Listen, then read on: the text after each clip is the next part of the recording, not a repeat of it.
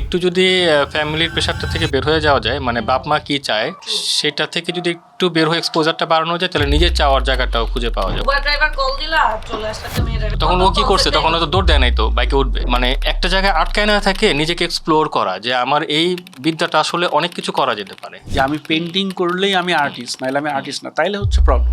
নারী নির্মাতার ক্ষেত্রে কিছু জাজমেন্ট চলে আসে শক্তি বিষয়ক, যে ও কি বাইরে যায় এটা করতে পারবে কি। আমি তো প্রায় 14 বছর কাটাই দিলাম এই ইন্ডাস্ট্রিতে, দারুণ।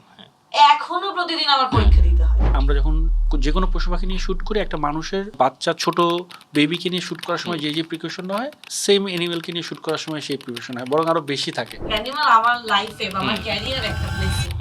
তোমার সাথে যে কাজটা করছি ওইটাতে আমার ইনস্ট্রাকশন ছিল আমার টিমে এরকম কেউ থাকবে না যারা কুকুর ভয় পায়। তো ধরেন কিছু কিছু আত্মীয় স্বজন বা আমার যারা আশেপাশে মানুষ আছে যে সে কি করো, তো ধরেন ওই হওয়ারটা বড় বড় বুঝছে, আচ্ছা ঠিক আছে ও ইম্পর্টেন্ট কিছু করে, এর কারণে গভর্নমেন্ট বা বাংলাদেশ সরকার ওকে আসলে মানে জাতীয় পুরস্কার দিচ্ছে। কোক স্টুডিওর সেট, তুমি তো কয়েকটা সেটের কাজ করেছো, রাইট? আচ্ছা, তোমার মুখ থেকে নামগুলো শুনি। আমার পডকাস্টের নাম দিয়েছি বিয়ন্ড সাইলেন্স। মূলত উদ্দেশ্য ছিল, যেহেতু আমি পশু পাখি নিয়ে কাজ করি, ওরা তো আসলে আমাদের ভাষায় কথা বলতে পারে না। আবার অনেক মানুষও আছে যারা আসলে তার ভাষাটা অন্যদের কাছে পৌঁছাতে পারে না। আবার অনেক মানুষ অনেক ধরনের কাজ করছেন আমাদের সমাজে, অনেকে আমরা তাদের দ্বারা ইন্সপায়ার্ড হই, ইনফ্লুয়েন্সড হই। তাদের পেছনে কিন্তু অনেক গল্প থাকে, কথা থাকে, যেটি আসলে আমাদের সবসময় জানবার সুযোগ হয় না, বা তারাও হয়তো বা সবসময় বলার সুযোগটা পান না। তো বিয়ন্ড সাইলেন্সটা নামটা এই জন্যই বেছে নেওয়া যে এখানে যে আগত অতিথিরা থাকবেন আমার সাথে, যারা আড্ডা মারবেন, তাদের মুখ থেকেই আসলে তাদের নীরবতার আড়ালে পেছনে যে গল্পগুলো সেগুলো আমরা শুনবো। আর আমি বেশি কথা বলবো না, আসলে কথা বলবেন যারা এখানে আসছেন তারা। আমার সাথে আজকে এই আড্ডার মধ্যে আগামী কিছুক্ষণ আপনাদের সাথে থাকবে। প্রথমে পরিচয় করে দিচ্ছি, চলচ্চিত্র নির্মাতা, ফিল্ম ডিরেক্টর রাকা নওশিন নাওয়ার। সে মূলত তার শুরুটা হচ্ছে বিজ্ঞাপন নির্মাণ এবং ডকুমেন্টারি নির্মাণ, এটি দিয়ে তার এই কর্মজীবন শুরু, এবং এখন আমি যতটুকু জানি যে তিনি চলচ্চিত্র নিয়েও কাজ করছেন, তার মুখ থেকে শুনবো। আর আছেন হচ্ছে আমাদের সাথে শিহাব নুরুন নবী, আর্ট ডিরেক্টর, এবং শিহাবের আর্ট ডিরেকশনের বাইরে আরেকটা পরিচয় হচ্ছে, সে আর্ট ডিরেক্টরও তো আর্টিস্ট, কিন্তু সে কিন্তু পেইন্টারও। এখন কতটুকু ছবি আঁকতে পারে বা আঁকে সময় পায় জানি না, এবং তার আরও অনেক অনেক গল্প আছে, সেটা আমরা শিহাবের কাছ থেকে শুনবো। শিহাব, আর দুজনের সাথে আমার সম্পর্ক হচ্ছে তুমি সম্পর্ক, তো আমরা আর ফর্মালিটির মধ্যে করবো না, এতক্ষণ ফর্মাল ছিলাম, এখন আমরা আমাদের গল্প করছিলাম ওইটার মধ্যে ঢুকে পড়বো। আচ্ছা, প্রথমে আমি একটু তোমাদের দুজনকে দিয়ে শুরু করি। দুজনেই আসলে সামহাও একই প্ল্যাটফর্মে কাজ করো আসলে, মানে একজন হচ্ছে একদম পুরো চলচ্চিত্রটা বা যে বিজ্ঞাপনটা, প্রোডাকশনটা পরিচালনা করছো, নির্দেশনা দিচ্ছ, চিন্তাভাবনাগুলো সামগ্রিকভাবে সাজাচ্ছ এবং লিডটা নিচ্ছ। আরেকজন হচ্ছে আর্ট ডিরেক্টর, আমরা সামনে থেকে যা দেখি তার পেছনে যত ধরনের কাজ, সব কিছু তোমার হাত দিয়ে আসে, তোমার চিন্তাভাবনা দিয়ে আসে। যত ধরনের বলতে আমি বোঝাচ্ছি যে আমরা এই ফ্রেমের ভিতরে যা দেখি, একদম হ্যাঁ, একদম ভিজুয়ালি আমরা যেটা দেখি সেই জিনিসগুলো তোমার হাত দিয়ে আসে, আলো থেকে শুরু করে ধোয়া ওঠা সব কিছু। সো শিয়াব, তোমার কাছে প্রথমে যাই, যে তোমাকে যদি কেউ জিজ্ঞেস করে এভাবে যে ভাই আসলে তুমি করোটা কি, তোমার কাজটা আসলে কি, আমি তো বুঝি না, আর্ট ডিরেক্টর আসলে কি করে, এটার উত্তর তুমি কিভাবে দাও? এটার একদম সিম্পল উত্তর আমি যেটা দেই ম্যাক্সিমাম সবাইকে, সেটা হচ্ছে যে ভাই আপনি তো টিভি দেখেন না, হ্যাঁ টিভিতে কি দেখেন, কোনো একটা অ্যাক্টিং দেখেন বা বিজ্ঞাপন দেখেন, সিনেমা দেখেন, তো সিনেমায় আর্টিস্ট ছাড়া তার ব্যাকগ্রাউন্ডে যা কিছু আছে যেটা দেখেন ওই জিনিসটাই আমি করি। ওই জিনিসটা কি, ওই জিনিসটা হচ্ছে যে ওখানে যদি একটা ক্লাসরুম দেখেন, ক্লাসরুমটা বানাই আমি, বা যদি একটা বেডরুম দেখেন, বেডরুমটা বানাই আমি, ওই বেডরুমের পর্দা কী হবে, রং কী হবে, খাটটা কেমন হবে, ওগুলা আমাদের যে গল্পটা, ওই গল্পটার সাথে কী ধরনের বেডরুম গেলে ভালো হয় ওই জিনিসটা ডিসাইড করি, ওই জিনিসটা ডিজাইন করি, ওই জিনিসটা বানাই। এটি এইভাবে বলি সাধারণত। তুমি যদি এটা না বানাতা তাহলে এটা কে বানাতো, তোমার কি মনে হয়? আগে কারা বানাতো? মানে আগে কারা বানাতো, আগে যেরকম মানে ওইভাবে যদি বলেন, তাহলে একটা জিনিস হচ্ছে যে একটা রিয়েলিস্টিক স্পেসে যখন শুট হতো তখন তো একটা ধরেন বেডরুম আসেই, কেউ না কেউ তো বেডরুম বানায়। তো আগে রিয়েলিস্টিক জোনে হতো, তারপর জিনিসগুলো যখন আরো ফাইন টিউন হইতে থাকে, আরো যখন হচ্ছে আপনার কি বলবো যে আরো প্রপার করে করতে চাই, যে আসলে আমরা ডাক্তারের বাসা বুঝাইতে চাই, হ্যাঁ। এই জন্য ডাক্তারের বাসায় আসলে হয়তোবা একটা কি বলে ডাক্তারের গাউন থাকবে বা একটা স্টেথোস্কোপ থাকবে। সো ওই জিনিসগুলো যখন অ্যাড হতে থাকে আস্তে আস্তে, তখন আমাদের চাহিদাটা বাড়তে থাকে, তখন আসলে হয়তোবা এই প্রোডাকশন ডিজাইনার বা আর্ট ডিরেক্টর চাহিদাটা তৈরি হয়, তারপর হয়তোবা এই জিনিসগুলো ইনক্লুড হতে থাকে। তোমার এই জায়গাটায় আমি আসলে ফাইন্ড আউট করার জন্য প্রশ্নটা করলাম, কারণ বেডরুমে একটা ঢুকে পড়লেই তো হয়, একটা বেডরুম তো গোছানোই থাকে, একটা বেডরুমে হ্যাঁ, ঢুকে পড়ে শুটিং শুরু করে দেওয়া যায় না। যখন আর বেডরুম থাকে না তখন বেডরুম বানাতে হবে। একটা উদাহরণ দিলাম আর কি ছোট্ট, হ্যাঁ। তখন আসলে ওই আর্ট ডিরেক্টরকে দরকার হয়ে পড়ছে।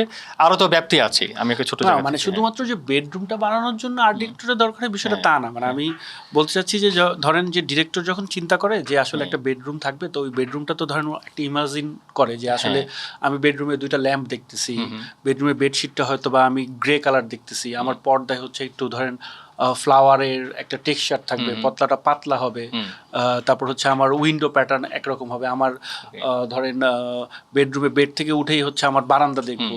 সো এইটা তো ইমাজিন করা হয়। তো এই জিনিসটা যখন ইমাজিন করা, তখন এই জিনিসটা আসলে বাস্তবে আপনি পাবেন না। সো এই জিনিসটা তাহলে বাস্তবে কে রূপ দিবে? তখনই বেসিক্যালি আর্ট ডিরেক্টর বা প্রোডাকশন ডিজাইনারের প্রয়োজনটা হয়। তখন ধরেন ডিরেক্টর আর্ট ডিরেক্টরকে হায়ার করে, আর্ট ডিরেক্টরকে বলে আসলে আমি এটা ইমাজিন করছি, তখন ওই অনুযায়ী আসলে আর্ট ডিরেক্টর একটি স্কেচ করে, ডিজাইন করে, তারপর ওটা থেকে ডিরেক্টরের কাছ থেকে অ্যাপ্রুভাল নেয়। এটার সাথে আবার ধরেন সিনেমাটোগ্রাফারেরও একটা রিলেশন থাকে যে উনি লাইট করবেন কোত্থেকে, তারপর যেটা উনি ইমাজিন করেছেন যে আসলে ওরকম পর্দা লাগবে, ওরকম বেডশিট লাগবে, ওরকম দুটা ল্যাম্প লাগবে। আচ্ছা, তার মানে বেসিক্যালি এই চাহিদাগুলো থেকে আমার মনে হয় যে আর্ট ডিরেকশন বা আর্ট ডিরেক্টরের চাহিদাটা তৈরি হয়, এবং তখন আমরা বেসিক্যালি সেটটা বানাই। তার মানে একটা বেডরুম আসলে বেডরুম নয়, বেডরুমটা কার, কোন বয়সী মানুষের, এবং পুরো প্লটটা কি, Exactly, ওটা আবার বেডরুমে কি periodically ঘটবে, হ্যাঁ অনেক কিছু, বেডরুমটা কি দিনের বেলা নাকি রাতের বেলা দেখানো হবে। তার মানে আসলে শুধু বেডরুম ডেকোরেশন না, আসলে এটার সাথে পুরো সামগ্রিক সমস্ত আবহটা তৈরি করা। এক্স্যাক্টলি, একদম। আচ্ছা, দারুণ। আচ্ছা রাকা, আমি একটু তোমার কাছে একটা একদম বেসিক জায়গা থেকে আসি, তোমার কাজের ক্ষেত্রে। ধরো তুমি এই যে এই কাজটা বেছে নিলা, হ্যাঁ, যে ফিল্ম ডিরেক্টর হবা।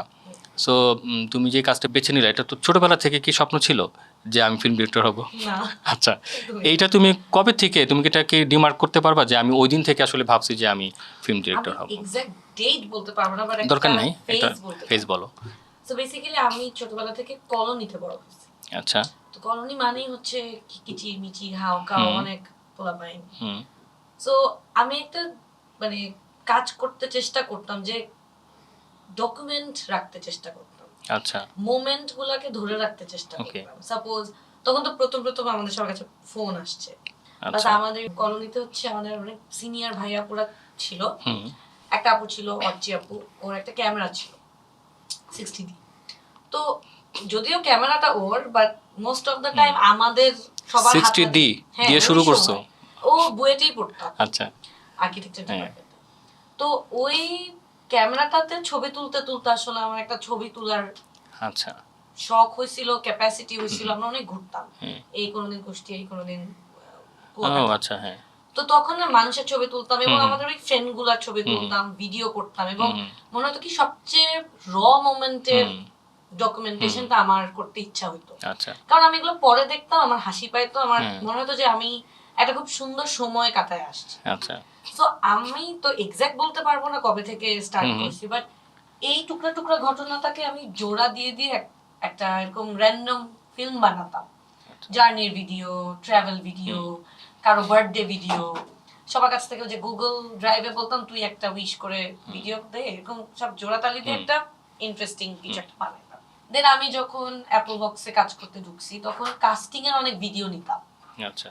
তো ওইখানে ওই একটা কেউ যদি অডিশন দিতে আসতো, ওরে নিয়ে আকাশ বাতাস শুট টুট করে ওইটারে আবার এডিট করতাম। সো এই করতে করতে আমার একটা মানে ক্যাপাসিটি বিল্ড হয়েছে, এন্ড একটা ড্রিম তৈরি হয়েছে যে আমি এরকম আরো অনেক ফিল্ম বানাবো। এত ফিচার ফিল্ম, এত বড় বড় জিনিস তখন এত বুঝতাম না, বাট মনে হতো যে I can create or I can recreate. Okay. If I can write something, I can shoot it. আমরা একটা টঙে যাইতাম প্রায়। সো ওইটা এমনি এমনি মানে ফাইজলামি করতে করতে একটা গল্প লিখছি, ওইটা শুট করছি, একটা ছেলের ওর হাত নাই। তো এরকম অনেক কিছু ছোটবেলা থেকে। ওইটা শুটও করছো? হ্যাঁ। আচ্ছা। ওই হচ্ছে আপুর ওই ক্যামেরা দিয়ে। আচ্ছা, হ্যাঁ। তো দেন এডিটিং শিখছি নিজে নিজে। তো একটা মানে মানুষকে আনন্দ দেওয়ার জায়গা থেকে আমি আসলে আই থিঙ্ক ফিল্ম মেকিংটা শুরু করছিলাম। সালটা কি বলতে পারবে আনুমানিক কত হ্যাঁ, সালের দিকে? 2007 ইস, কত 6 সৌভাগ্যবান। 7। হ্যাঁ, আমার শখ ছিল যে আর্কিটেকচারে পড়ছে আমরা যে 5 মেগাপিক্সেল একটা ক্যামেরা নিয়ে বের, সাইবার শট, ওইটা নিয়ে বের হতাম ওগুলোও ছিল, প্রতিদিন, হ্যাঁ।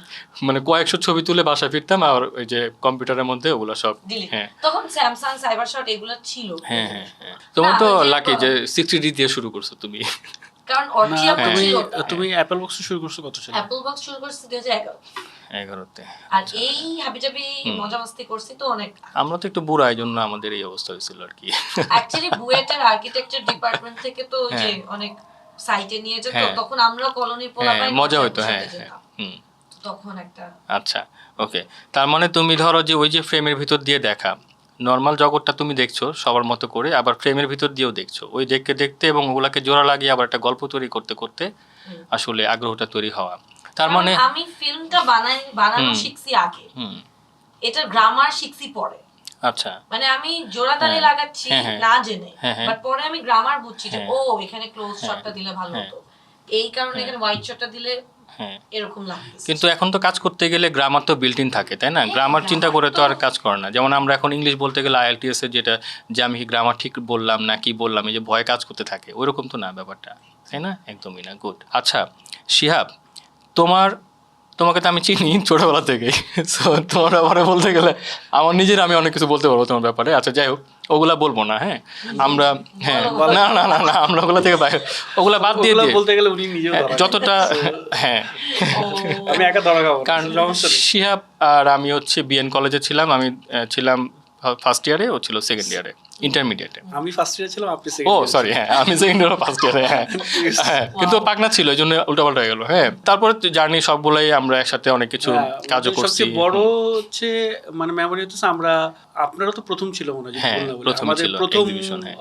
এক্সিবিশন আর কি আমরা একসাথে করি। এটা তখন ছিল- দুজনের কেউই কিন্তু ফাইনান্সে পড়ি না। ফাইনাল আমরা কলেজে আর্ট এক্সিবিশন, হ্যাঁ অনেক, আর্ট হ্যাঁ। এক্সিবিশন আমরা হচ্ছে প্রথম একসাথে করি। এটা হচ্ছে আমাদের সবচেয়ে বড় মেমোরি। হ্যাঁ একদম, ওইটা আমরা একদম ওই একটা পোর্টফোলিও তৈরি করেছিলাম একদম গুছিয়ে। আমাদের জন্য স্কুল এবং কলেজ ছুটি দিয়ে দিছিল। হ্যাঁ, ওই দিন ছুটি ছিল একদম, ওই যে 12টার সময় হঠাৎ করে ঘন্টা পড়া শুরু করলে দেখলাম সব ছুটি দিয়ে দিচ্ছে স্যার। আমাদের প্রিন্সিপাল স্যার এসে ওপেন করবে এবং হচ্ছে আমরা ক্যাটালগও বানিয়েছিলাম। হ্যাঁ হ্যাঁ হ্যাঁ, তো আমার মনে আছে, ওটা আমার ভিডিও কিন্তু আছে আমার কাছে। আছে, ওটা একটু আমার দিও একটু। আমার 60টা পেন্টিংস ছিল, কিছু স্কাল্পচার, আর শিয়াবের কতগুলা যেন 10-12টার মতো ছবি। জোর করে ও ছবি আঁকতে গিয়ে রাত্রেবেলা ঘুমায় যেত। হ্যাঁ, আমি বলতাম শিয়াব আর বেশি দিন নাই, সামনে এক্সিবিশন শেষ করো। হা করে ঘুমাইতো, এখনো নিশ্চয়ই হা করে ঘুমায় টায়ার্ড হয়ে গেলে সেটে। আচ্ছা শিয়াব, তোমার এই যে যখন তুমি ফাইন আর্টসে ঢুকছো, আমি তো দেখছি যে তুমি ইউরাতে যখন ঢুকলা সিরিয়াসলি পড়াশোনা করতেছো, তারপরে তোমার ছবি আঁকা কোনোদিন আমার ভালো লাগে নাই, যেটা আমি সবসময় বলছি যে তুমি মনোযোগ দাও, কারণ ও অস্থির, ও অস্থির। হ্যাঁ, ও হলো কি অস্থির, ও কি বাই করলো জানো? ভালো লাগবে তোমার কাছে কোনোদিন দেখি ওরে আমি বলতেছি, ও কি বাই করলো, এক্সপ্রেশনিজম শুরু করলো। হ্যাঁ, এক্সপ্রেশন ছবি আঁকবে, মানে যেটা করতে বেশিক্ষণ লাগে না। হ্যাঁ, তাড়াতাড়ি হ্যাঁ তাড়াতাড়ি আঁকবে, আমি তো ওরে বুঝছি। কিন্তু শিহাব যে আসলে এখন এই প্ল্যাটফর্মে এত বড় একটা জায়গা দখল করবে এবং আর্ট ডিরেক্টর হয়ে মানে এত সৃজনশীল, এত গুছানো একটা জিনিসের মধ্যে এত দায়িত্বের একটা জায়গাতে কাজ করবে, এটা আমি আসলে জীবনেও চিন্তা করিনি। হ্যাঁ, যেটা আমি এখন খুবই অবাক হই। হ্যাঁ, তো শিহাব তুমি আমারে বলো, আমি তোমার সম্পর্কে আমি বলতেছি যে আর্ট ডিরেক্টরই হবা এরকম চিন্তা তো মনে হয় না ছিল। না, তোমার জার্নিটা একটু শুনি, কিভাবে আসলে এটা। এই জার্নি অনেকবার বলছি, তাহলে শর্টকাট বলো। হ্যাঁ, না তুমি আমাকে যত সময় নিয়ে হ্যাঁ। বলো ততক্ষণ আরেকজন বলো। বোর হয়ে যায়। না আমি বলো, কই সময় এই নিয়ে যে বলবো? পচে বাটা। শর্টকাট হইতেছে যে আমি যখন গ্র্যাজুয়েশন কমপ্লিট করি, গ্র্যাজুয়েশন কমপ্লিট করার সময় তার কিছুদিন আগে আমি তো যে খ্যাপ মারি সবসময়, অনেক আগে থেকে। সো পরিচিত ভাই ছিল একজন, মামুন ভাই বেসিক্যালি অফার করে যে সে আমাদের একটা বিজ্ঞাপনের কাজ আছে। উনি তখন সামির ভাইয়ের সাথে কাজ করেন গাঁও প্রোডাকশনে। তো মামুন ভাই বলে যে সে একটা কাজ করবা কিনা, আমাদের হচ্ছে একটা বিজ্ঞাপন আছে, ওখানে আর্ট ডিরেকশনের কাজ আছে আর কি, করবা কিনা। আমি বললাম যে ভাই আমি তো কখনো করি নাই। আমি ওনার সাথে এর আগে একটা ইভেন্ট করার সময় পরিচয় হয়েছিল আর কি। সো যেহেতু ওনার বাসা মিরপুর, ওই হিসাবে আর কি ওই আড্ডা হইতো বা কথাবার্তা হইতো আর কি। তো আমি বললো যে সমস্যা নাই, চলে আসো, ওইটা তুমি পারবা, তুমি যেহেতু চারগোলা ব্যাকগ্রাউন্ড, ওটা করতে পারবো, অত প্রবলেম নেই আর কি, অত হেভি কিছু না। আমি বললাম আচ্ছা ঠিক আছে। তো ওখানে আমি গেলাম একদিন নিকেতনা অফিস মামুন ভাইয়ের সাথে। তো গিয়ে প্রথম যেটা আবিষ্কার করলাম যে ওখানে আমাদের পরিচিত আরেকজন আছেন, যে এখন আর নাই, রাজীব আশরাফ। সো রাজীব ভাই হচ্ছে আমাদের ক্যাম্পাসের বড় ভাই, আপনি চিনছেন রাজীব ভাই? তো দেখা হয়েছিল নিশ্চয়ই, রাজীব ভাই চিনেন আপনি? যাই হোক, তা রাজীব ভাই দেখলে আমি একটু সাহস পাইলাম। রাজীব বলে আরে তুই কি করেছে, আমি বলছি ভাই আমার মামুন ভাই বলছে একটা বিজ্ঞাপনের কাজ আছে, ওটা তার রাজীব ভাই, direction এ হ্যাঁ দিবেন। হ্যাঁ, না না না না না ওইটা তো বাইক হচ্ছে না। হ্যাঁ বাইক না। যে- গান যাই হোক না, আচ্ছা, চিনেন আর কি, এর মধ্যে আচ্ছা, বুঝে যাবেন আমি আপনি আর বুঝি। কি। আচ্ছা ওনারে সবচেয়ে ইজিলি চিনানো যায় যেভাবে, ওটা এখানে না বলবো। ও আচ্ছা। আচ্ছা তো তারপরে হচ্ছে যে যেহেতু একটু সাহস পেলাম, তারপর বললাম যে ভাই কি করতে হবে বলেন। তো ওইটা একটা মোটামুটি বড় প্রজেক্টই ছিল। তো বেসিক্যালি আমাদের তখন হচ্ছে সাদাব ভাই ছিলেন, মানে সামির ভাইয়ের অফিসে আরেকজন, যিনি হচ্ছে প্রোডাকশন ডিজাইন করেন আর কি। তো উনি বেসিক্যালি গাইডলাইন দিলেন, সে আমরা এরকম এরকম করবো। তো রাজীব ভাই ছিলেন, যেহেতু এটা একটা বড় প্রজেক্ট, সো এটা দুইটা ভাগে ভাগ করেছিল। একটা হচ্ছে রাজীব ভাই দেখতেছিল, আর একটা সাইড হচ্ছে সাদাব ভাই দেখতেছিল। তো তারপর আমরা বললো যে ওটা হচ্ছে বাংলালিংকের একটা বিজ্ঞাপন ছিল। তো আমরা বললো যে আমাদের একটা ব্যাংকের কাউন্টার বানাইতে হবে। এটা হচ্ছে বাইরের একটা ব্যাংক, শুধু জাস্ট কাউন্টারটাই দেবে, ছোট্ট একটা জায়গা। সে তুমি তাহলে একটা কাউন্টারে ডিজাইন করো ব্যাংকে। তো আমি প্রথমে একটু ভয় পাইলাম, তারপর একটু আশ্বস্ত না, ব্যাংকের কাউন্টারে ইন্টারনেট ঘাটলে তো কিছু না কিছু পাওয়া যাবে, বা আচ্ছা ঠিক আছে করলাম ইন্টেরিয়র ডিজাইনের মতন। তো আমাকে বলছো যে তুমি ইন্টেরিয়র ডিজাইনের মতনই চিন্তা করো, জাস্ট একটা কাউন্টার ডিজাইন করো, আর কিছু লাগবে না, এবং ওই একটা অ্যাঙ্গেলই। তো আমি ওইভাবে হাতে কলম, তখন আমি 3Dও পারি না, তো হাতে কলমে যেভাবে স্কেচ করে ওইভাবে মোটামুটি আঁকলাম আর কি, একটা ধ্বজাভাঙ্গা জিনিস। তো বললো হ্যাঁ হ্যাঁ হবে। তো ওইটা আবার যেটা হয়েছে, আমার হেল্প হয়েছিল যে ওই সাদাব ভাই হচ্ছে ওটা আবার হচ্ছে 3D করছেন সুন্দর করে, আমি এরকম করছি, ওইটা হেল্প করছে। তো ওইভাবে তারপর বলে যে তাহলে এটা এখন কনস্ট্রাকশন হবে, তুমি তাহলে শুধু এই পার্টটাই দেখো, আর বাকিগুলো আমরা করতেছি। তো বাকি কি করতেছে এটাও আমি বুঝিনি, কারণ আমি তখন আমার আইডিয়াই নেই। তো তারপর হচ্ছে কল্যাণপুর একটি স্টুডিও ছিল, ওই স্টুডিওতে ওইটা করি। তো কনস্ট্রাকশন যেহেতু আমি টুকটাক যে আপনার সাথে ইন্টেরিয়র এগুলো নিয়ে আপনার মনে আছে কিনা, আমাদের 10 নম্বর অফিস ছিল, সো যেহেতু বেসিক আইডিয়া আছে, ওটা হেল্প করছে আমাকে। তো তারপর আমরা ওই মিস্ত্রি নিয়ে, আর আমাদের এই সেট টেটের জন্য আলাদা একটা কনস্ট্রাকশনের লোক আছেন, তো উনি হেল্প করছেন। তো ওটা বানায় ফেললাম আমরা। তো যেদিন শুটিংয়ের দিন, তারপর তো শুটিং হলো, এর মাঝখানে সাদাব ভাই আসছে, অনেক ভাই নিয়ে কালার টালার নিয়ে আলোচনা হয়েছে। বেসিক্যালি শুরুটা আর কি এইভাবেই। তারপরে এটা তো তোমার ধরো যে একটা ইনফর্মালি শুরু করলা তুমি, কিন্তু এই যে তুমি মানে এইভাবে করতে করতেই কি আসলে ফর্মাল হয়ে গেল যে আমি এটাকে এই পেশা হিসাবে নিব? হ্যাঁ, বেসিক্যালি আমি এই প্রজেক্টটা যখন করি তখন জাস্ট আমার গ্র্যাজুয়েশন শেষ। তো আসলে আমাকে তখনই ডিসাইড করতে হতো যে আমি কি করব। তো এর মধ্যে আমি মাস্টার্সেও ভর্তি হয়েছি, যে বা ভর্তি হব চিন্তা করতেছি আমার যতদূর মনে হয়। তার মধ্যে ওই প্রজেক্টটা শেষ হলে পরে তখন সামি ভাই প্রচুর কাজ করেন মার্কেটে। তো সামি ভাই বললেন যে হ্যাঁ আসো করো কাজ, দেখো দুই একটা। তো আমি বললাম যে ঠিক আছে, আমাকে তো কোনো কিছু করতেই হবে, সো প্রফেশনালি, সো ঠিক আছে ট্রাই করে দেখি। তো তারপর ওই যাতায়াত একটা দুটো প্রজেক্ট করা, তারপর হচ্ছে ওই করতে করতে আসলে শুরু হয়েছে, ওইভাবেই ভালো লাগছে। মানে আসলে এইভাবেই হয়, তাই না? মানে যে আমি ছোটবেলায় ভাবতাম যে পাইলট হবো, যেগুলো মানুষ চিন্তা করে ওদের প্লেন গেছে তাই পাইলট, ভালো যে সাবমেরিন দেখি নাই ছোটবেলায়, সাবমেরিনে চালাবো। কিন্তু ওগুলো আসলে হ্যাঁ বাস্তবে চলতে গেলে একটু যদি ফ্যামিলির প্রেশারটা থেকে বের হয়ে যাওয়া যায়, মানে বাপ মা কি চায় সেটা থেকে যদি একটু বের হয়ে এক্সপোজারটা বাড়ানো যায়, তাহলে নিজের চাওয়ার জায়গাটাও খুঁজে পাওয়া যায়, ও সাকসেসফুল হওয়া যায়। একটু ট্রাস্ট গেইন করতে হবে। হ্যাঁ সেটা তো অবশ্যই। ফ্যামিলি আসলে আমাদের দেশের কনটেক্সটে ফ্যামিলি কি কি জিনিস চায়? নিরাপত্তা চায়, এবং তুমি আসলে অর্থনৈতিকভাবে নিরাপদ করতে পারতেছো নিজেকে এবং ফ্যামিলিকে, অন্তত নিজেকে, সেগুলা চায়। এটা তো আর নারী হিসাবে তুমি যেগুলো ফেস করো সেগুলো তো আসবোই, সেটা তো আমরা সচেতন যারা তারা বুঝি। হ্যাঁ, আমি তোমার সাথে একটু একটা রাখার সাথে কথা বলি একটা বিষয়, যে ক্লায়েন্ট তো একটা ভাবনা নিয়ে আসে। হ্যাঁ, বিজ্ঞাপনের ক্ষেত্রে যদি বলি, ডকুমেন্টারি যদি হয় কোনো একটা প্রতিষ্ঠানের, সবার একটা ভাবনা থাকে এবং চাওয়া থাকে। আর তুমি একজন শিল্পী হিসাবে তোমার নিজেরও তো একটা ইচ্ছা থাকে না, যে এর পরের প্রোডাকশনটা আমি এরকম কিছু করব। হ্যাঁ, ওইটার মধ্যে দিয়ে কিন্তু করতে হবে তোমাকে, নিজে তার বানাবে না। তো তুমি যে ক্লায়েন্টের ভাবনাটাকে নিজের ছাঁচে ফেলে যে এই প্রোডাকশনটা তৈরি করো, এটা কি কোনোভাবে আমাদেরকে, আমি জানি এটা ব্যাখ্যা করা ডিফিকাল্ট, কিন্তু তুমি কি পারবা যে এই প্রক্রিয়াটা ব্যাখ্যা করতে, এই চিন্তা ভাবনাটা? অবশ্যই, কারণ বিজ্ঞাপন বানানোর সময় যেটা হয়, একটা ক্লায়েন্ট বা একটা ব্র্যান্ড, ওরা ওদের একটা চিন্তা এজেন্সির কাছে প্রকাশ করে, ওদের একটা ক্রিয়েটিভ এজেন্সি। তো বেসিক্যালি ক্লায়েন্ট হোক ব্র্যান্ড হোক, ওরা তো ওদের প্রোডাক্টটাকে সেল করতে চায়, রাইট? সো ওরা ব্র্যান্ডের ভিজিবিলিটি নিয়ে মোর অর লেস কাজ করে। তো ওরা ওদের ক্রিয়েটিভ এজেন্সিকে বলে যে ওরা এই টুথপেস্টটাকে এইভাবে সেল করতে চায়। কখনো থাকে ওইটা মানে more on the emotional ground, যে খুব হিউম্যান স্টোরি দিয়ে প্রোডাক্টটাকে সেল করতে চায়। কখনো আবার একটা মন্তাজ স্টোরির মতো, যে অনেকগুলা স্লাইস অফ লাইফ, যে সবাই মিলে এটাকে সেলিব্রেট করতেছে, ওরকম সেলিব্রেটরি স্টোরি হিসেবে প্লেস করতে চায়। সো আমরা যারা ডিরেকশন দেই, আমাদের প্রত্যেকের কাজের একটা কিন্তু স্টাইল থাকে। কেউ থাকে না ক্যামেরাকে বিভিন্ন ফ্লোটিং ম্যানারে নিয়ে একটা কাজ করেন, কেউ আবার খুব ড্রামাটাইজেশনটা বোঝেন, কিভাবে থাকে না দুইটা মানুষ ইন্টারঅ্যাক্ট করছে। সো আমি মূলত একটা মানে more or less slice of life বা ড্রামার জায়গাটা ডিল করি বেশি। আচ্ছা। তো যে গল্পগুলো ক্লায়েন্টরা ভাবেন যে এই টোনটা রাকা ধরতে পারবে, so they come to me যে আচ্ছা, সবকিছু মিলে গেলে ইউ ডিরেক্ট দিস। হুম। তো তখন অলরেডি আমার জন্য একটা সুবিধা হয় যে এই ক্লায়েন্ট তো অলরেডি আমাকে ট্রাস্ট করেই আসছে। সো আমি তখন ওনাদেরকে কিছু অ্যাড অনস করি যে এই জিনিসটা এই লোকেশনে হলে ভালো, এখানে ছেলে না হয় একটা মেয়ে ক্যারেক্টার দেন, তাইলে এই ইমোশনটা আরো স্ট্রং হয়, দেন এই মিউজিকটা দেন, বা আমরা একটা ট্রিটমেন্ট প্রেজেন্ট করি। আচ্ছা। যে এরকম ট্রিটমেন্টে হয়তো আপনার ফিল্মটা আপনার ব্র্যান্ডটাকে বেটার প্রেজেন্ট করতে। তার মানে কি আসলে তুমি তোমার তো একটা অডিয়েন্স আছে, এটা তো একটা দেখবে মানুষ, কনজিউমার আছে এটা, হ্যাঁ, এবং সে এটা দেখে কিনতে হবে বা এটাকে মনে রাখবে এই ব্র্যান্ডটাকে। ওই জায়গাটায় তো তোমার একটা ধারণা একটা থাকতে হয় বা চিন্তা করতে হয়। তোমার ক্লায়েন্টের জন্য চিন্তা করতে হচ্ছে, ক্লায়েন্ট যেমন ওর অডিয়েন্সকে চিন্তা করছে, তুমিও তো আসলে অডিয়েন্সের সাকসেসফুলি তার কাছে পৌঁছানোর চিন্তা করবা।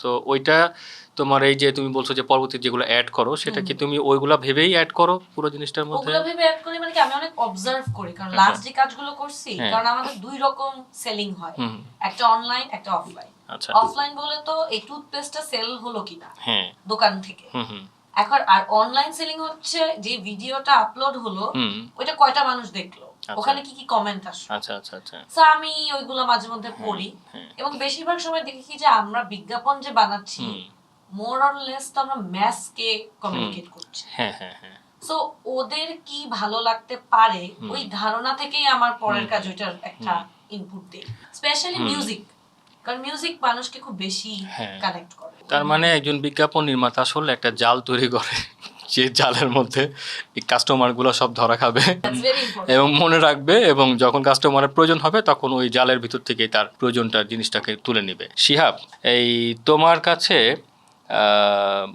চিত্র পরিচালক আসেন, হ্যাঁ, ফিল্ম ডিরেক্টর আসেন, প্রযোজক অনেক সময় সাথে থাকেন বা সবসময় হয়তো থাকেন, তুমি ভালো বলতে পারবা। এই যে তোমার নিজস্ব ভাবনা, তোমার নিজস্বতা, তোমার কাজের একটা নিজস্বতা দাঁড়িয়ে গেছে। এখন কিন্তু আমিও সেট দেখলে বলতে পারি যে এটা শিহাবের, হ্যাঁ, মানে এটা আমার মনে হয় যেটা শিহাব। আমার ওয়াইফও অনেক সময় তারা না বলে যে এটা কি শিহাব করছে, তখন দেখি যে হ্যাঁ, নামের মধ্যে দেখি যে শিহাবের নাম লেখা। হ্যাঁ, এইটা ভালো আমার কাছে। আমি তোমাকে যদি একটা ক্রিটিসিজম দিই, একটা টাইম পর্যন্ত ভালো, তারপরে আবার এটাকে ব্রেক করতে হবে, তাই না? মানে ওই এক্সপেরিমেন্টের জায়গায়। কিন্তু মূল প্রশ্নটা আমি যেটা করতে চাচ্ছি, এই যে প্রযোজক আসে, টাকা লগ্নি করছে যিনি, পরিচালক, তারও একটা স্বপ্ন থাকে যে আমি এটা নিয়ে এরকম একটা কিছু করব, হ্যাঁ, উত্তেজনা থাকে। তুমি শিল্পী নির্দেশক, তোমার একটা উত্তেজনা থাকে যে আমি এটা করব।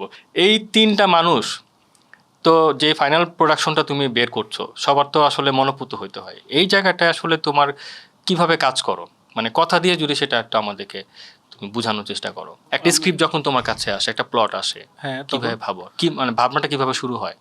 ভাবনা বেসিক্যালি আমার শুরু হওয়ার আগে যেটা হচ্ছে যে ডিরেক্টর বেসিক্যালি একটা ব্রিফ দেয় যে উনি কি যাচ্ছেন। এটা হচ্ছে ধরেন কমার্শিয়ালের ক্ষেত্রে একভাবে ঘটে, ফিল্মের ক্ষেত্রে আরেকভাবে ঘটে। ওকে। কারণ কমার্শিয়ালে হচ্ছে ধরেন আমি না শুধু ডিরেক্টরেও চাই, মানে ভিশনটা হচ্ছে যে আসলে ক্লায়েন্ট কি চাচ্ছে, সো আমরা তখন ক্লায়েন্টকে বেসিক্যালি সার্ভ করি কমার্শিয়ালের ক্ষেত্রে। আর যদি ফিল্মের ক্ষেত্রে বলেন, ফিল্মের ক্ষেত্রে হচ্ছে আমরা নিজেদের চাহিদাটাকে আপনার মেটানোর চেষ্টা করি। মানে ডিরেক্টর ধরেন কি চাচ্ছে, মানে নিজের গল্পটা বলার চেষ্টা করি, বা নিজে যেটা করতে চাই। ধরেন আমি এখানে ব্লু কালারের একটা ওয়াল করতে চাই, মানে আমি আর কি একদম খুবই সিম্পলি ওয়েতে যদি বলি যে আমি এখানে ব্লু কালার ওয়াল করতে চাই, তো আমি ওইটা করব। সো ওইটা বেসিক্যালি যদি করতে চাই সেক্ষেত্রে হচ্ছে ফিল্ম। আর বিজ্ঞাপনের মানে কমার্শিয়াল কাজের ক্ষেত্রে হচ্ছে বেসিক্যালি আসলে ক্লায়েন্ট কি এখানে কি অরেঞ্জ কালার চায় না ইয়েলো কালার চায়, ওইটার।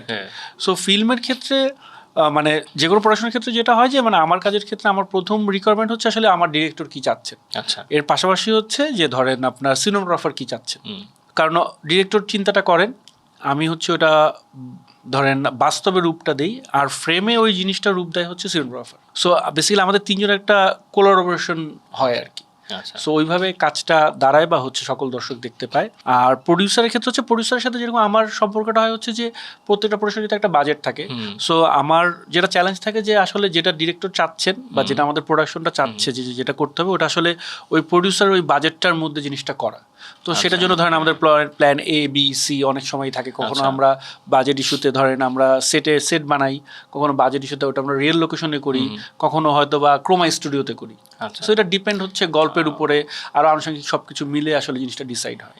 তোমার কাজ তো শুধুমাত্র আসলে ফিজিক্যালি একটা সেটের ভিতরে না, ফ্রেমের ভিতরে তো তোমার কাজ থাকে না? তুমি তো ফ্রেমের ভিতরে দেখে তুমি নিজে স্যাটিসফাইড হও যে হ্যাঁ অবশ্যই। ধরেন যখন একটা প্রজেক্ট চলতে থাকে, ধরেন মনিটর অন আছে, ডিরেক্টর দেখছেন যে অ্যাক্টিং কি আছে, সিনোগ্রাফার দেখতেছে যে ওনার ফ্রেমে লাইট ঠিক আছে কিনা। আমি কি দেখি? আমি দেখি বেসিক্যালি ধরেন এই যে আমরা তিনজন বসে আছি, সো আমার দেখাটা কি যে এই যে গাছটা যে আছে, গাছটা আসলে কতখানি ফ্রেমের মধ্যে আছে, ওটা কি দেখতে ওভার লাগতেছে নাকি ঠিকঠাক আছে, নাকি গাছটা আরেকটু কম রাখলে ভালো হয়, গাছটা একটু ডানে দিলে ভালো হয়। ধরেন এই মাইকের পজিশনটা কোথায় আছে, মানে আমার যেখানে আছে ফ্রেমের সেটা কি অড পজিশনে আছে নাকি না ঠিকঠাক পজিশন, মানে কম ব্যালেন্স, যেটা আমরা আসলে একদম আমাদের ক্লাস করার সময় বেসিক জিনিস শিখি যে একটা ফ্রেমের ব্যালেন্স কি, রিদম কি, কম্পোজিশন কি।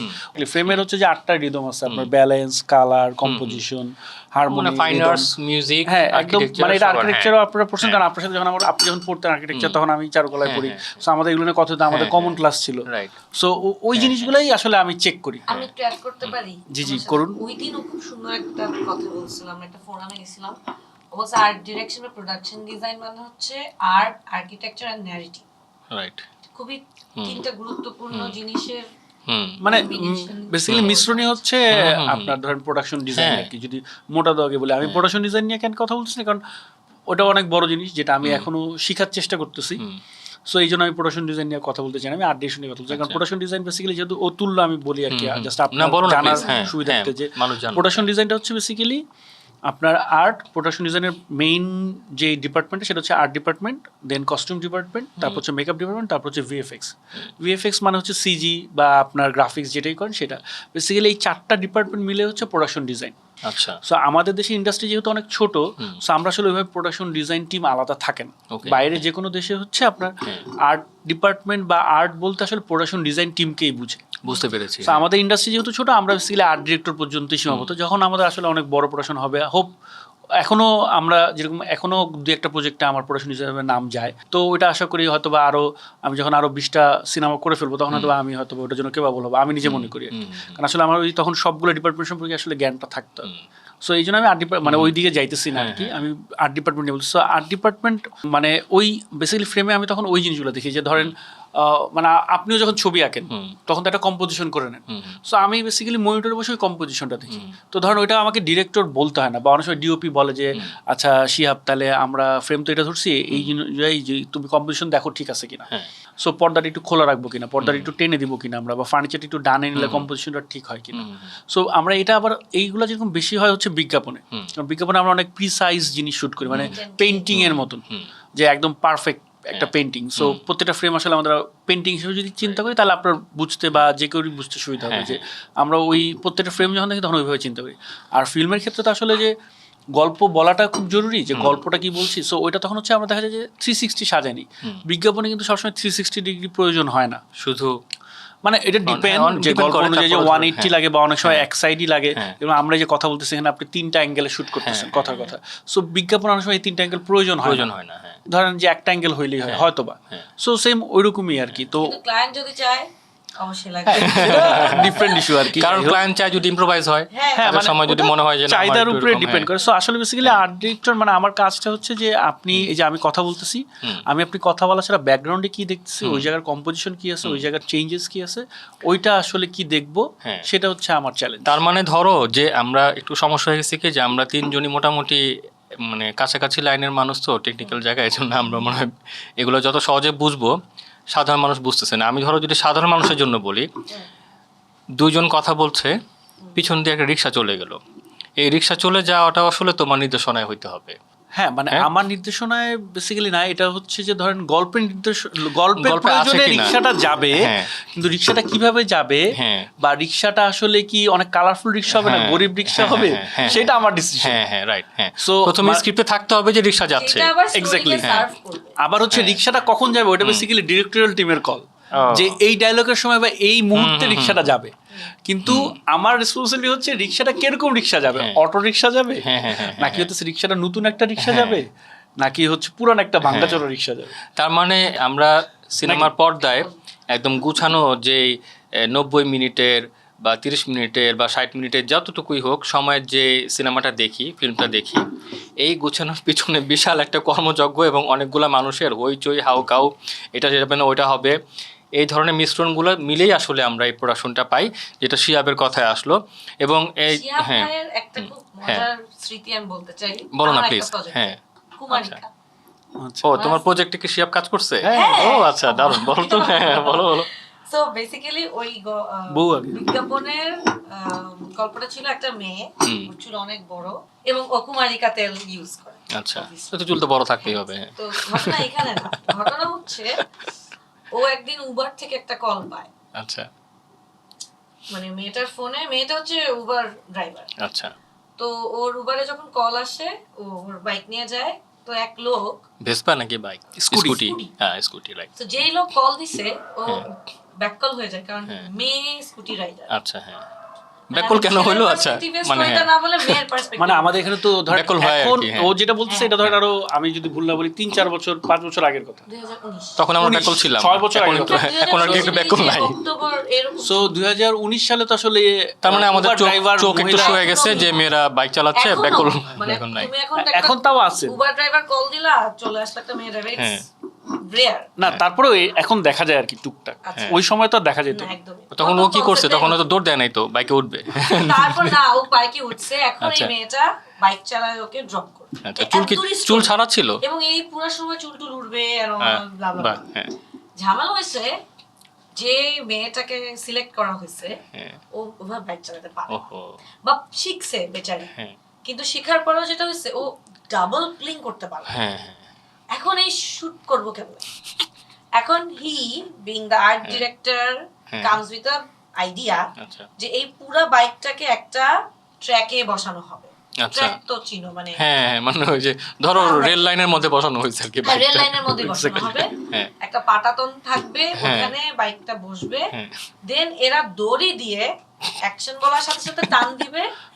হাসি কিছু নাই, ভেরি ডিফিকাল্ট টু হ্যাঁ। কোঅর্ডিনেট। মানে ধরেন আপনার 150 ফিট একটা ট্র্যাক বসানো হয়েছে। মানে ইট টুক আস আ লট অফ এবং ওটা কি ওই রকম গতিতে চলতে হবে? হ্যাঁ, এবং মানে- তুমি অ্যাজ আ দর্শক কোনোদিন বুঝবা না যে এই বাইক রাস্তায় কোনোদিন নামেই নাই। এবং এই লোকটার ওই সময়ই আসলে চুলে হাওয়াটা দিতে হবে যাতে খাইছে, বাইক যাতে মনে হয় যে বাইক চলতেছে। বিশাল ব্যাপার। মানে হাওয়া দিতে দিতে হ্যাঁ, ওকে আপনি তো- যেটা এখন দেখেন ছোট ছোট হ্যাঁ। রিল দেখেন না, যে হ্যাঁ, হ্যাঁ। ওই যে আপনার ধরেন Behind the scene। Behind the scene দেখেন না, যে ওই যে পাতা এরকম একটা ঘুরেতেছে বাচ্চারা, হ্যাঁ, আর হ্যাঁ, বসে হ্যাঁ। ঘোড়ার মধ্যে ডকমক হ্যাঁ, হ্যাঁ, করছে, আসলে right, ঘোড়ার right, মধ্যে নাই, হ্যাঁ, হ্যাঁ। সেম More or less ওরকম। like that। হ্যাঁ সো এবার তোমাকে একটু ব্রেকডাউন করতে পারি। ধরো অ্যাজ আ ডিরেক্টর আমি চাইছি এই ছেলে আর এই মেয়ে এই গতিতে রাস্তায় যাবে। চুল উঠতে উঠতে Yes. বাইকটা চলবে। এখন উনি ওইটার থেকে যেটা আমাকে দিছে হুম। সেটা হচ্ছে এই পদ্ধতিতে। এখন ওর অবস্টাকল গুলা কি? মেয়ে চালাতে পারে না, ডাবলিং করতে পারে না, ব্লা ব্লা ব্লা ব্লা। আমাদের এখানে ওরকম রিগ নাই যেটা কিনা হচ্ছে যে হ্যাঁ। বাইক টেনে নিয়ে যাবে, আচ্ছা, আচ্ছা, আচ্ছা। কোনো অন্য কোনো ভাবে আমরা shoot আবার করতে ওরা পারি। কিন্তু স্ট্যান্ডম্যান না, ওরা তো না। একদম ওদেরকেই বসতে হয়েছে, কারণ এটা তো আবার একটু কেমন না যে হ্যাঁ, ওদেরই বাইক বসতে হবে, থামছে, ওদেরকে হ্যাঁ। অ্যাক্টিং করতে হবে, চেহারা ভালো দেখা যেতে হবে, ডায়লগ ঠিকঠাক বলতে হবে, আবার চুল উঠতে হবে, হ্যাঁ। So lot of staff. ভরতে এবং ভরতে, টাইমিং এর হ্যাঁ, একটা ব্যাপার আছে। মেয়েটা যখনই ছেলে একটা কথায় হাসবে হ্যাঁ, তখনই এই তিনটা চুল উঠবে। হ্যাঁ, আচ্ছা ও, মানে দিস আর ভেরি কারণ ডিফিকাল্ট। বিজ্ঞাপন তো ধরেন বিজ্ঞাপনে তো হ্যাঁ, সেকেন্ডের হ্যাঁ, ব্যাপার। হ্যাঁ। আর এভরি সেকেন্ড ইজ ভেরি এটা কি এক শটেই পারছো তোমরা করতে? না না না, হ্যাঁ। আমরা এটা 3 ঘন্টা ধরে শুট করছি। তুমি আমার একটা জিনিস বলো না শিয়াব, যে ধরো এটা আমার ভুল ধারণা হতে পারে, বাট আমি যে কয়জনের সাথে মিশছি, শিল্পী মানে পেইন্টার, হ্যাঁ, পেইন্টারদের একটা, আমি নিজে ছবি আঁকা জায়গা থেকে বলেছি যে ক্যানভাসের সাথে সম্পর্ক, ছবি আঁকা, রং তুলি, ব্রাশ, অকিয়া, রঙের গন্ধ, হ্যাঁ, এই ব্যাপারগুলার তো আসলে একটা বেসিক জিনিস। মানে বেসিক জিনিস বলতে বোঝাচ্ছি যে এটা তো একদম আদিম, একদম পেইন্টারের যে ছবি আঁকা। কিন্তু বাস্তবতার কারণে তাকে কিন্তু বিভিন্ন পেশা বেছে নিতে হয়। কেউ হয়তো বা মিডিয়াতে, গণমাধ্যমে কাজ করে, কেউ গ্রাফিক্স ডিজাইনে চলে যায়, নানান এখন অনেক ধরনের ইয়ে হয়েছে। তুমি আবার অনেককে আমি দেখছি যে হতাশ হয় অনেক সময়, সে একটা সময়, এবং এটা সেটা আমার সাথে দেখা হইলে হয়, অন্য সময় হয় কিনা আমি জানি না, কারণ আমার সাথে দেখা হইলে তার মনে পড়ে জিমিল ভাইয়ের সাথে আমার ছবি আঁকার কিছু স্মৃতি ছিল, কিন্তু আমি অনেক দিন ছবি আঁকতে পারি না, কারণ আমি এখন দেখা যায় হয়তো বা মনিটরের সামনে বসে মিডিয়া হাউসে হয়তো বা গ্রাফিক্সের কাজ করতেছি বা সিনেমাটোগ্রাফির ওই এডিটিংয়ের কাজ করতেছি, এরকম। তো তোমার কাছে যেটা জানতে চাই যে এই হতাশাটা আসলে থাকাটা জরুরি, নাকি এই যে সৃজনশীলতা তুমি যে শিখে আসছো, তোমার ভিতরে যে তুমি একাডেমি থেকে নিয়ে আসছো, সেটা যে তুমি আরেকটা মাধ্যমে চর্চা করার সুযোগ পাচ্ছ, সেটা নিয়ে অনেক হ্যাপিলি তোমার এই কাজটাকে এনজয় করে সামনে চলে যাওয়া। হ্যাঁ, নতুনদের জন্য তুমি যদি কিছু বলো যে মানে একটা জায়গায় আটকায় না থাকে, নিজেকে এক্সপ্লোর করা, যে আমার এই বিদ্যাটা আসলে অনেক কিছু করা যেতে পারে। হ্যাঁ, সো ছবি এঁকেই ছবি বিক্রি করে টিকে থাকতে হবে, ব্যাপারটা এরকম না হয়ে ওইটাকে যদি স্বাধীন করে ফেলা যায়, ওই জায়গাটা নিয়ে তোমার কি মত? না মানে এটা আসলে মানে আমার সাথে একমত হবে কিনা আমি জানি না। মানে আমার কাছে হচ্ছে যে ছবি আঁকতে হবে, ছবি আঁকলে আমি আর্টিস্ট, মানে আমি পেইন্টার বা আমি মানে আর্টিস্ট আর কি বলবো আমি, মানে আমার কাছে এটা মনে হয় না আর কি। আমার কাছে লাগে ধরেন আমি যখন মানে ফিল্ম করতেছি বা আমি যখন বিজ্ঞাপন করতেছি, তখন আমি যখন সেটটা বানাইতেছি, ওটাও আর্টের অংশ। মানে পৃথিবীতে সবকিছুই আর্টের অংশ। মানে আমরা এখন কথা বলছি, এটাও আর্টের অংশ। আমি এখন এইভাবে বসে কথা বলতেছি, মানে এটাও আর্টের অংশ আর কি। নাহলে তো আমি এইভাবে বসতাম না, আমি তো এখানে জায়গায়ও থাকতে পারতাম। সো আর্ট, এভরিথিং আর্ট আমার কাছে লাগে এটা। এখন জায়গায় থাকাটাও একটা আর্ট হতে পারতো, এরকম অনেক স্কাল্পচার আছে জায়গায় আছে এরকম। হ্যাঁ, হইতেই পারে। তো এখন বিষয় হচ্ছে যে আপনি মাইন্ডের মধ্যে কি সেট করতেছেন। এখন আপনি যদি রিজিড হয়ে যান যে আমি পেন্টিং করলেই আমি আর্টিস্ট, নাহলে আমি আর্টিস্ট না, তাইলে হচ্ছে প্রবলেম। তাহলে আমার আসলে এখানে কিছু বলার নেই। কিন্তু আপনি যদি যেটা কোশ্চেন করলেন যে আসলে বিষয়টা মানে কিভাবে দেখি আর কি, তো আমি তো চেষ্টা করি সবসময় যে যখন ধরেন আমরা যেরকম কালার প্যালেট বানাই, আমরা তো কালার প্যালেট বানাই কেন, মানে ধরেন আমরা ওয়ার্ম কালার ইউজ করি, কোল কালার ইউজ করি কেন? ওয়ার্ম কালার কোনগুলো একটু সাধারণ জন্য তো বলি, যে ধরো যারা আমাদের দেখতেছে, হ্যাঁ, ওয়ার্ম কালার কোনগুলো বলতেছো আসলে? ওয়ার্ম কালার হচ্ছে আপনার এই যে উপরের দিকে ধরেন আপনার হলুদ বা লাল, আপনার লাল, এগুলা। কুল কালার হচ্ছে ব্লু, গ্রিন। তার মানে সোজা হিসাব আগুনের রং যেরকম দেখলে ওয়ার্ম কালার, আর আকাশ আর সমুদ্রের হচ্ছে শীতল। আচ্ছা, সাধারণ মানুষের জন্য এটা আমরা বললাম। ধরেন হচ্ছে যে আমরা তো মানে এটা তো আমরা পেন্টিং এ ওইভাবেই করি। হ্যাঁ, তো ধরেন আমার এখানেও কোনোভাবে আছে। তো এখন এটা আমরা কিভাবে ডিল করতেছি এটার উপরেই ডিপেন্ড করে আসলে। এখন আমি তো দেখি যে আমি যখন বিজ্ঞাপন করতেছি, আমি যখন মনিটরে দেখি বা আমি যখন ছবি তুলি আমার সেটের, আমি চেষ্টা করি ওই পেন্টিং এর মতনই যদি কোনো ছবি তুলতে পারি। হয়তোবা হয় না সব সময়, কারণ সবসময় তো আমি আমার নিজের জন্য বানাই না। এখন আমার প্রফেশনের সাথে ধরেন একটা পেইন্টারের প্রফেশনের পার্থক্যটা কি, বড় পার্থক্য আমি বলবো, সে যদি কমার্শিয়াল পেইন্টিং না করে তাহলে সে তার মনের মতন ধরেন আকাশে গ্রিন কালার দিতে পারে।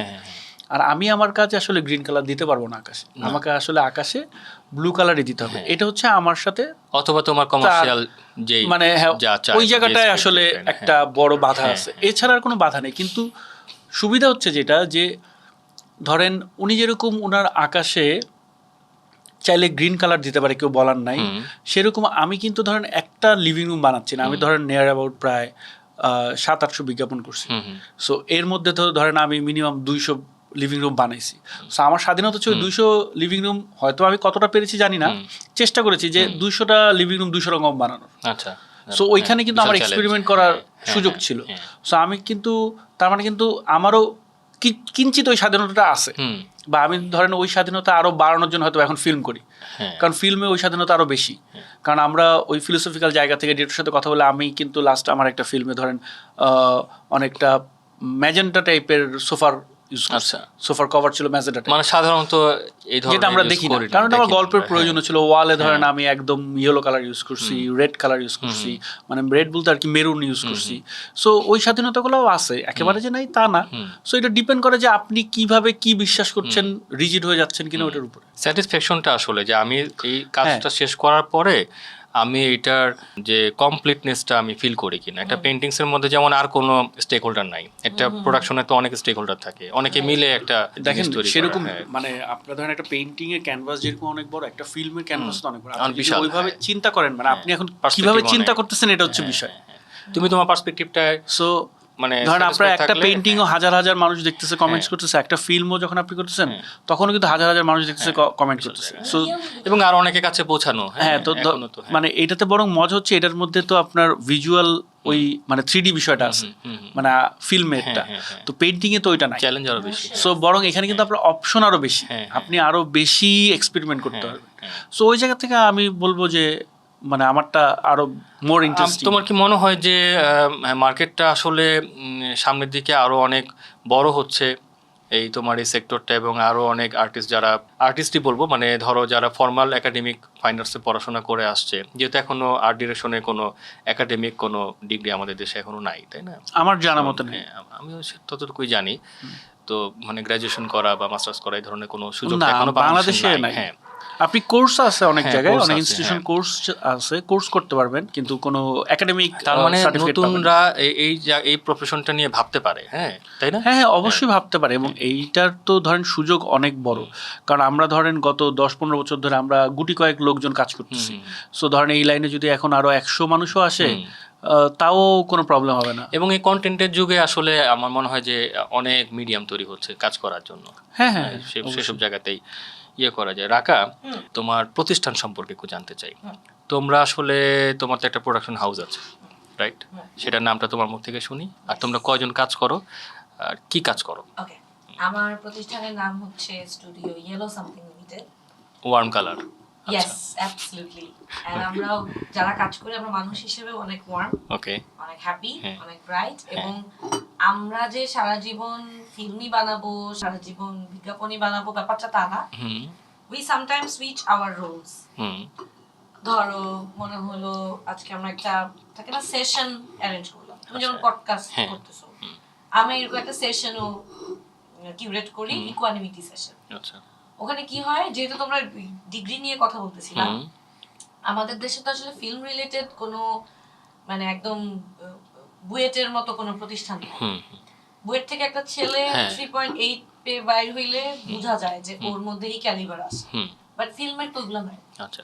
তো আমি চেষ্টা করি আমার সামর্থ্যের মধ্যে আমি ইন্ডাস্ট্রির ইম্পর্টেন্ট মানুষদেরকে ইনভাইট করে, হুম আমাদের যারা এডিরা আছে বা ফিল্ম বানাতে চায় ইমার্জিং ডিরেক্টররা আছে, ওদেরকে ইনভাইট করি যাতে ওরা ওই ভদ্রলোক ভদ্রমহিলার কাছ থেকে জ্ঞানটা নিতে পারে। আচ্ছা। হ্যাঁ মানে কেউ যাতে আমাকে কোনোদিন পয়েন্ট আউট না করে যে আপনি ইন্ডাস্ট্রির জন্য কিছু করেন না। So আচ্ছা। আমি আমার ক্যাপাসিটি, মানে এটা তোমার এই সেক্টরে একটা দায়বদ্ধতার জায়গা থেকে তুমি এটা করো। Absolutely. ওকে, আর নলেজ শেয়ারিং। যেমন ইয়েলো সামথিং এই মুহূর্তে তো বিজ্ঞাপন বেশি করে, হুম বাট আমরা ফিল্ম করি, ডকুমেন্টারি করি, এই সেশনস করি। আর ওই যে ছোটবেলায় বলছিলাম না একটা ট্রাভেলের ভিডিও টিডিও করতাম, ওইটার আমার একটা চ্যানেল ছিল ইউটিউবে, আচ্ছা আচ্ছা। Yellow something. ওকে, আমি নাম খুঁজে ও পাচ্ছিলাম না। আচ্ছা। হ্যাঁ সো আমার যখন এই প্রতিষ্ঠান দেই তখন ওটার সামনে স্টুডিও হ্যাঁ হ্যাঁ। বসায়, এটাকে ও, স্টুডিও ও আচ্ছা আচ্ছা আচ্ছা। হ্যাঁ লিমিটেড করে। হুম। তো ইটস বিন 3 ইয়ার্স। মানে সেই ছোট বাচ্চাটাই এখন একটু Yes, বড় mature হয়েছে আর হয়েছে। কি। হ্যাঁ আর সামথিংটা বেসিক্যালি ওই আনসার্টেনিটিটার জন্যই যে আমি কালকে একটা রান্নার অনুষ্ঠানও হুম করতে পারি। তারপর আমার ফটো এক্সিবিশন করছিলাম হুম 2 বছর আগে, ফুল টক্কা। আচ্ছা। ওখানে আমরা 4টা ইয়াং ফটোগ্রাফারের ছবি, হুম এবং আমাদের পুরো অফিসে এরকম আঠা দিয়ে লাগায় সবাইকে ইনভাইট করছি। সবাই আচ্ছা। এক্সিবিশন যেমন দেখে হ্যাঁ হ্যাঁ। তোমাদের হুম ওইরকম ওদের ছবি দেখছে, and আচ্ছা। ওরা অনেক প্রেজ করছে। সো ওদের এরকম মানে ওরা খুব বিহাইন্ড দ্য সিন পিপল, আচ্ছা। ওদেরকে তেমন কেউ হ্যাঁ, চিনে না, বাট ওদের ছবিগুলো অসাধারণ। আচ্ছা। সো ওইগুলার চেষ্টা করছি। তোমার টিমে কয়জন আছে? আমার এই মুহূর্তে টিমে আমি আছি, আমার প্রোডিউসার আছে রাফি ভাই, আর আমার 4 জন এডি আছে। আচ্ছা।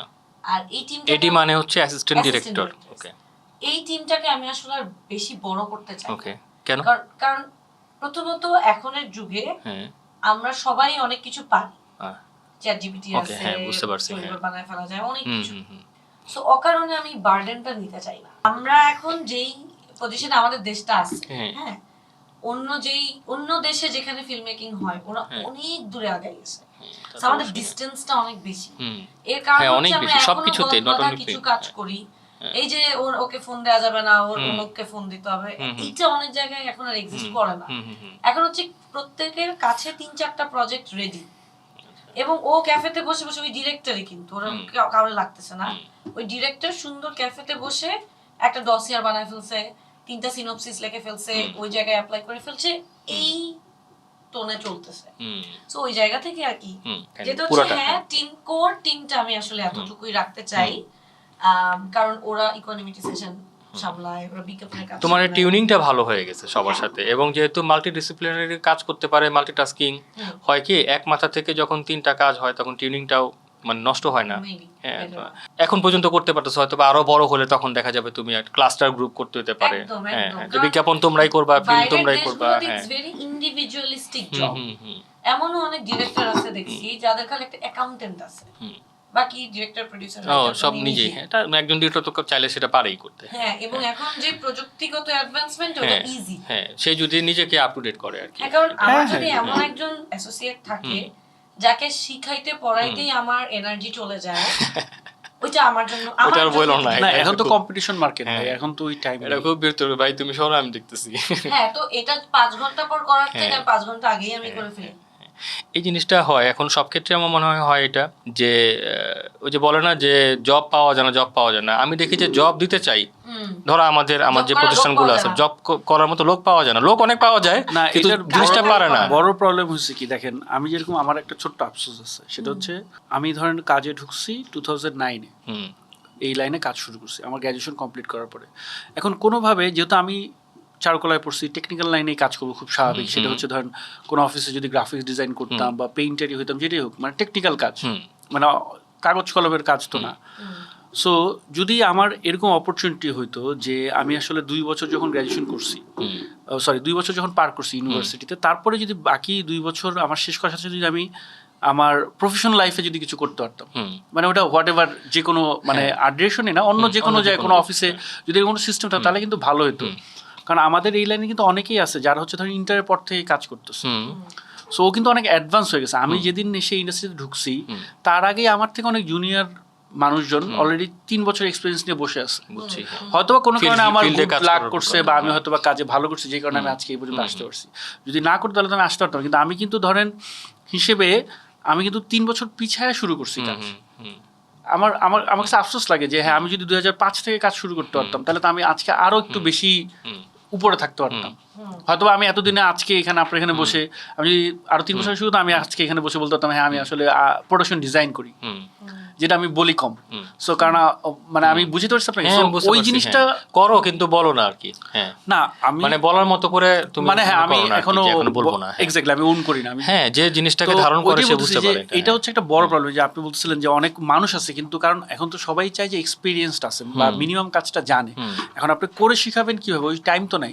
সো উচিত আসলে আমি বলবো যে যারা এটা শুনতেছে বা দেখতেছে বা মানে যারা এটা দেখবে, যে যখনই সবাই গ্র্যাজুয়েশনটা করতেছে, হায়ার ডিগ্রি মানে গেইন করতেছে, তখনই আসলে পাশাপাশি প্রফেশনাল লাইফে ঢোকা। যদি কে কোথায় ঢুকবে এটা তো আসলে বলতে পারে না, আসলে কিছুদিন কাজ করলে পরে সেট হলে পরে করা উচিত। সো এক্সপ্লোরটা করা উচিত তখন থেকে, মানে ওই যে আমি অনার্স শেষ করি, মাস্টার শেষ করি, জগতের মধ্যে বসে না থেকে, মানে এখন তো আসলে ওই টাইম নাই।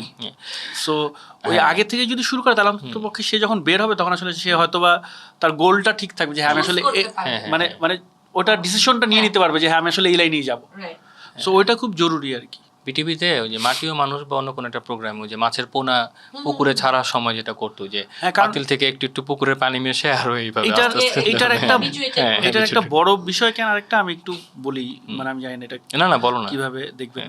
সেটা হচ্ছে যে একটা মানুষ যখন অনার্স পাস করে, আপনার মাস্টার পাস করে, ওর আসলে স্যালারিটা কত হয়, কিন্তু দেখা যায় যে ধরেন 20,000 কথার কথা, হ্যাঁ অনেক বেশি। কিন্তু একটা টেকনিক্যাল পারসন ধরেন ইন্টার পাস করার পরে ও কিন্তু 50,000 টাকা কামাইতে পারে। সো এটা কিন্তু এক ধরনের ফ্রাস্ট্রেশন। টাকার প্রশ্নে যদি আসে এই ফ্রাস্ট্রেশন থাকবে, এটা তো থাকবেই। কারণ আপনি এখন ঢাকা শহরে যদি মানে থাকতে যান, মানে আমাদের তো লিভিং কস্ট অনেক। সো ধরেন আমি অনার্স পাস করলাম এত কষ্ট করে, মাস্টার্স পাস করলাম, তারপরে আমি 20,000 টাকা পাইতেছি, আর ওই লোকটা ইন্টার পাস, মানে কেউ কিন্তু দেখতেছে না ওর এক্সপিরিয়েন্স কি, বাকি কথা হচ্ছে ও ইন্টার পাস, ও কামাইতেছে 50,000 টাকা, কারণ ও তো আসলে ওই স্কিলটা গেইন করছে। আমরা তো টাকাটা দেখতেছি, কিন্তু এর পিছনে ওর আবার কি গেইন করার আছে সেটা হয়তো বা দেখতেছি। হ্যাঁ, কারণ কেন আমি বললাম ধরেন আমাদের কাছে অনেকে আসে যারা কাজ করতে, ধরেন ওর কাছেও আসে কাজ করতে। তো আমরা তো তখন আমার কি যে একজন ধরেন অনার্স পাস করে যদি আসে আমার কাছে বা ইন্টার পাস করে যদি কেউ আসে আমার কাছে, কিন্তু দুইজন সমান। কারণ আমার তো আসলে টেকনিক্যাল লোক দরকার, রাইট? ডিগ্রি দিয়ে তো হচ্ছে না, মানে আমার ডিগ্রি দিয়ে ওটা কিন্তু পরে ওইটার ফ্যাসিলিটিস ও পরে পাবে। কিন্তু হয় কি, মানে এখন সামাজিক অবস্থা বা টোটাল আমাদের এনভায়রনমেন্ট যেরকম সিচুয়েশনে দাঁড়ায় আছে, আসলে ওইটা না মানে খুবই টাফ।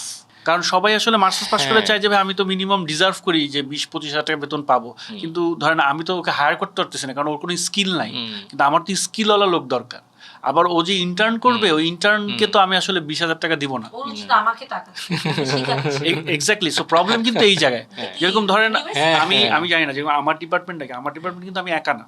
ধরেন আমি অ্যাজ এ আর্ট ডিরেক্টর যদি কাজ করি, আমার পরে আছে হচ্ছে onset art director. Onset art director means হচ্ছে যে কিনা সেটে উপস্থিত থাকে, আচ্ছা, যে সেটটা অলওয়েজ সেটে আর্ট ডিরেকশন দিবে। এটা হচ্ছে তোমার পরে তার কাজ। হ্যাঁ, তার কাজ। তারপরে কে আছে? তারপরে আছে ধরেন হচ্ছে প্রপস মাস্টার। প্রপস মাস্টার হচ্ছে যে প্রপস কালেক্ট করে। প্রপস হচ্ছে ভাই কোনগুলো? ধরো এই যে কাপ প্রপস, এই যে মাইক প্রপস। মাইকটা হচ্ছে না, আমি বলি মাইকটা হচ্ছে অ্যাকশন প্রপস। আচ্ছা, হ্যাঁ, কারণ এটা ছাড়া শুটিং হবে না। ডেকোর, হ্যাঁ, মোস্টলি ওকে। ডেকোর ওই আপনার পিছনের লোগো ও বা এই ট্রি, এগুলো হচ্ছে আমাদের রেগুলার প্রপস। হ্যাঁ, আমরা ফ্রেমের ভিতরে যা যা দেখি টুকটাক জিনিসপত্রগুলো সেগুলোর অনেক এগুলাকে প্রপস। হ্যাঁ, এগুলোকে প্রপস বলে। এগুলোর আবার ক্লাসিফিকেশন আছে আর কি, নানা রকমের। আর্টিস্ট, সো ব্যাকগ্রাউন্ড আমার ডিপার্টমেন্টেও কিন্তু অনেকগুলো আপনার ডেজিগনেশন আছে যারা কাজ করে। তারপর হচ্ছে ধর সেট কনস্ট্রাক্টর, তারপর হচ্ছে ড্রাফটম্যান, তারপর হচ্ছে ডিজাইনার যে গ্রাফিক্স ডিজাইনটা করে বা ক্যাডে ড্রয়িংটা করে। আমাদেরও কিন্তু আমরা ক্যাডে ড্রয়িং করে তারপর ডিজাইনটা করি। এটা তো তোমার একটা ইনস্টলেশন আর্টের মতো। হ্যাঁ, হ্যাঁ। সো আমাদেরও কিন্তু অনেকগুলো ডিপার্টমেন্ট আছে। এখন আমি একজন আসলো আমার কাছে বললো যে ভাই আমি আপনার সাথে কাজ করতে চাই, আমি আর্ট ডিরেকশন করতে চাই। এখন ও না জানে হচ্ছে আপনার ডিজাইন করতে, ও না জানে হচ্ছে আপনার ধরেন মিনিমাম আর্ট সম্পর্কে আইডিয়া আছে বা হচ্ছে প্রপস কেনার আইডিয়া আছে, তাহলে আমি তাহলে আমার তো ওকে আসলে শিখতে হবে। কিন্তু হ্যাঁ, হয়তো বা নাই, বা ফ্রেম সেন্স নাই থাকতে পারে। তৈরি হওয়াটা একটা জার্নির বিষয়। হ্যাঁ, সো এই জিনিসগুলা কিন্তু খুবই মানে আমাদের জন্য, আমাদের লাইনে কিন্তু খুবই ইম্পর্টেন্ট। সো ধরেন কেউ আইসা যদি বললো আর একটা ধরেন এক্সপেক্ট করলো যে আমি আসলে এরকম একটা অ্যামাউন্ট পাবো, ওইটা টাফ আমাদের এখানে। শোনা, ভিজুয়ালাইজ করা, এটাকে কাগজে ড্রয়িং নিয়ে আসা, দেন বাস্তবে বানানো, কোনোটাই যদি না থাকে তাহলে আসলে এই লাইনে মনে হয় না যে আসলে মানে করতে পারবে। তখন টাইমটা বেশি লাগবে, টাইম লাগবে, মানে ওই যে ভাড়ে কাটতে হবে অনেক। হ্যাঁ, এক্স্যাক্টলি, অনেক ভার, অনেক শ্রম। হ্যাঁ, না দেখেন আমরাও কিন্তু ওইভাবেই করছি। কারণ আমরা যখন শুরু করছি, আমি 2009 শুরু করছি এই লাইনে কাজ করা, তখন কিন্তু অত বেশি আর্ট ডিরেক্টর ছিল না, বা অত আমরা এখন যেভাবে যত প্রিসাইজলি ডিজাইন করে ওরকম ছিল না। তখনও কিন্তু আমরা হাতে ড্রয়িং করেই আপনার ডিজাইন করতাম, ওই গ্রাফ পেপারে, যেটা আমরা করি গ্রাফ পেপারে ড্রয়িং করে করে আমরা ডিজাইন করতাম। তারপর আস্তে আস্তে 3D শুরু হলো, স্কেচআপে আঁকা শুরু করলাম, তারপর ক্যাডে ড্রয়িং আসলো। আমরাও কিন্তু ওইভাবেই বড় হয়েছি, ফাইন টিউনিং করার সুযোগটা আরো বাড়লো। হ্যাঁ, তো আমরা তো ধরেন ওই সুযোগটা পাইছি। এখন তো ধরেন ইন্ডাস্ট্রি স্টাবলিশ হয়ে গেছে। তো এখন তো আর নতুন আরেকজন আসলে ও যদি বলে যে ভাই আমি তো পারি না ড্রয়িং, সেটা তো চলবে না। সে স্টাডি করে আসে না, মিনিমাম স্টাডি রিসার্চ তো ওই জ্ঞানটা তো থাকতে হবে। হ্যাঁ, ওকে। না, আমারও তো রিকোয়ারমেন্ট এগুলি থাকে যে তুমি কি ক্যানভা ইউজ করতে পারো, তুমি কি চ্যাট জিপিটি ইউজ করতে পারো, তুমি কি এই পারো কিনা। এনো যদি বলে না আপু, সো ও আমার প্রায়োরিটি লিস্টে থাকে ব্ল্যাঙ্ক একদম। হ্যাঁ, কারণ আমি তো পারি, আমি নালে আমার সাথে কমিউনিকেট হ্যাঁ করতে হ্যাঁ হবে। হ্যাঁ। আচ্ছা, কমন কোশ্চেন, এটা তো আমাদের কনটেক্সটের কারণে করতেই হয় বা জানতে চাইতে পারি। নারী হিসাবে, হ্যাঁ, কারণ এটা তো আরেকটা পরিচয়, হ্যাঁ, যে একজন নির্মাতা আবার নারী। তো আমি যেই জায়গা থেকে আসলে প্রশ্নটা করতে চাই, ধরো তোমাকে তো ফিল্ডে অনেক কাজ করতে হয়, রাইট? ঢাকার বাইরে নানান পরিবেশের মধ্যে শুটিং চলে, অনেক মানুষ, অনেক দর্শক, শুটিংয়েরও তো দর্শক আছে। তো তোমার নিজের জায়গাটা একটু বলো, মানে আসলে তোমার কি কাজ করতে গিয়ে কখনো মানুষের বাইরে, নারী বা পুরুষ, এই ফিল্ডটা কি হয়েছে যে আমি একজন নারী হিসাবে কাজ করছি, কোনো ঘটনা? হ্যাঁ, আসলে ফিল্ম মেকিং না ছেলেদের জন্য অনেক কঠিন, মানে এমন না যে নারীদের জন্য একমাত্র এই কারণেই কঠিন। ফিল্ম মেকিং এর চর্চা যেহেতু আমাদের এখানে শিক্ষাগত জায়গা থেকে নাই, সো ফিল্ম মেকিং মানেই একটা ট্যাবু। তো যেহেতু বাইরে শুটিং এর কথা বললাম, নরমালি কোথাও ক্যামেরা ধরলেই বা এরকম সেট বানালেই আউটডোরে উৎসুক দর্শক আসে। কারণ বাংলাদেশে বেশিরভাগ মানুষের কোনো কাজ নাই আমার ধারণা, সবাই আইসা ওই যে রোড পাইলিং করা। হ্যাঁ। সো নারী নির্মাতার ক্ষেত্রে কিছু জাজমেন্ট চলে আসে শক্তি বিষয়ক, যে ও কি বাইরে যা এটা করতে পারবে কিনা, প্রশ্ন সম্মুখীন। একটা টিমকে লিড দেওয়া, নাইলে আমি চিন্তা করি আমি তো প্রায় 14 বছর কাটাই দিলাম এই ইন্ডাস্ট্রিতে, দারুণ। এখনো প্রতিদিন আমার পরীক্ষা দিতে হয়। আচ্ছা, কি ধরনের পরীক্ষাটা বলো তো? মানে সাপোজ একটা বিজ্ঞাপন যদি চিন্তা করি, একটা বাইকের বিজ্ঞাপন আমি বানাতে পারবো কিনা, মানে তুমি এটা করে ফিল করতে পারো, সেন্স করতে পারো যে আসলে একটা পরীক্ষার মধ্যে দিয়ে যাচ্ছ, এরকম সরাসরি? আচ্ছা, হ্যাঁ। এবং একটা মানে একটা ছেলেকে কিন্তু এই প্রশ্ন করে না, হুম। ওকে দেখলে কিন্তু তুমি বলবা আচ্ছা আপনি ঢাকার বাইরে যাইতে পারবেন তো না, কোনো সমস্যা নাই তো না, মানে এই প্রশ্নটাই তোমার মাথায় আসবে। আচ্ছা, হ্যাঁ। বাট আমার ক্ষেত্রে তুমি কিন্তু ওই যে কার্টিসি করে জিজ্ঞেস করবা যে বাসায় কিছু বলবে না তো। তোমার নিরাপত্তার জন্য নাকি আসলে তোমার যোগ্যতা মানে নির্ণয় করার জন্য, চিন্তা করার জন্য? কোন একটা আছে না, তোমার নিরাপত্তার জন্য হতে পারে। হ্যাঁ, সেম কোশ্চেন করা যায়, বাট আমি ফিল করি মাঝে মাঝে যোগ্যতারও একটা বা ক্যাপাসিটির একটা কোশ্চেন, যে are you capable of shooting bike, অভ্যস্ত কিনা বা ইত্যাদি। হ্যাঁ, সো এই ধরনের প্রশ্নের সম্মুখীন তো হচ্ছি। আমার ধারণা হব, কারণ এটাকে তো কেউ চেঞ্জ করতেছে না, বা আমার মতো তো আরো 20টা মেয়ে ডিরেক্টর নাই। আচ্ছা, এই প্রশ্নটা আমি করতে চাচ্ছিলাম। হিম বলে, হিজ বলে, বড় বড় বইয়ে লেখা থাকে। আচ্ছা, যে the director himself knows the best, himself or herself। আচ্ছা আচ্ছা আচ্ছা। সো অনেক ছোট্ট জায়গা থেকেই কিন্তু চেঞ্জ গুলা।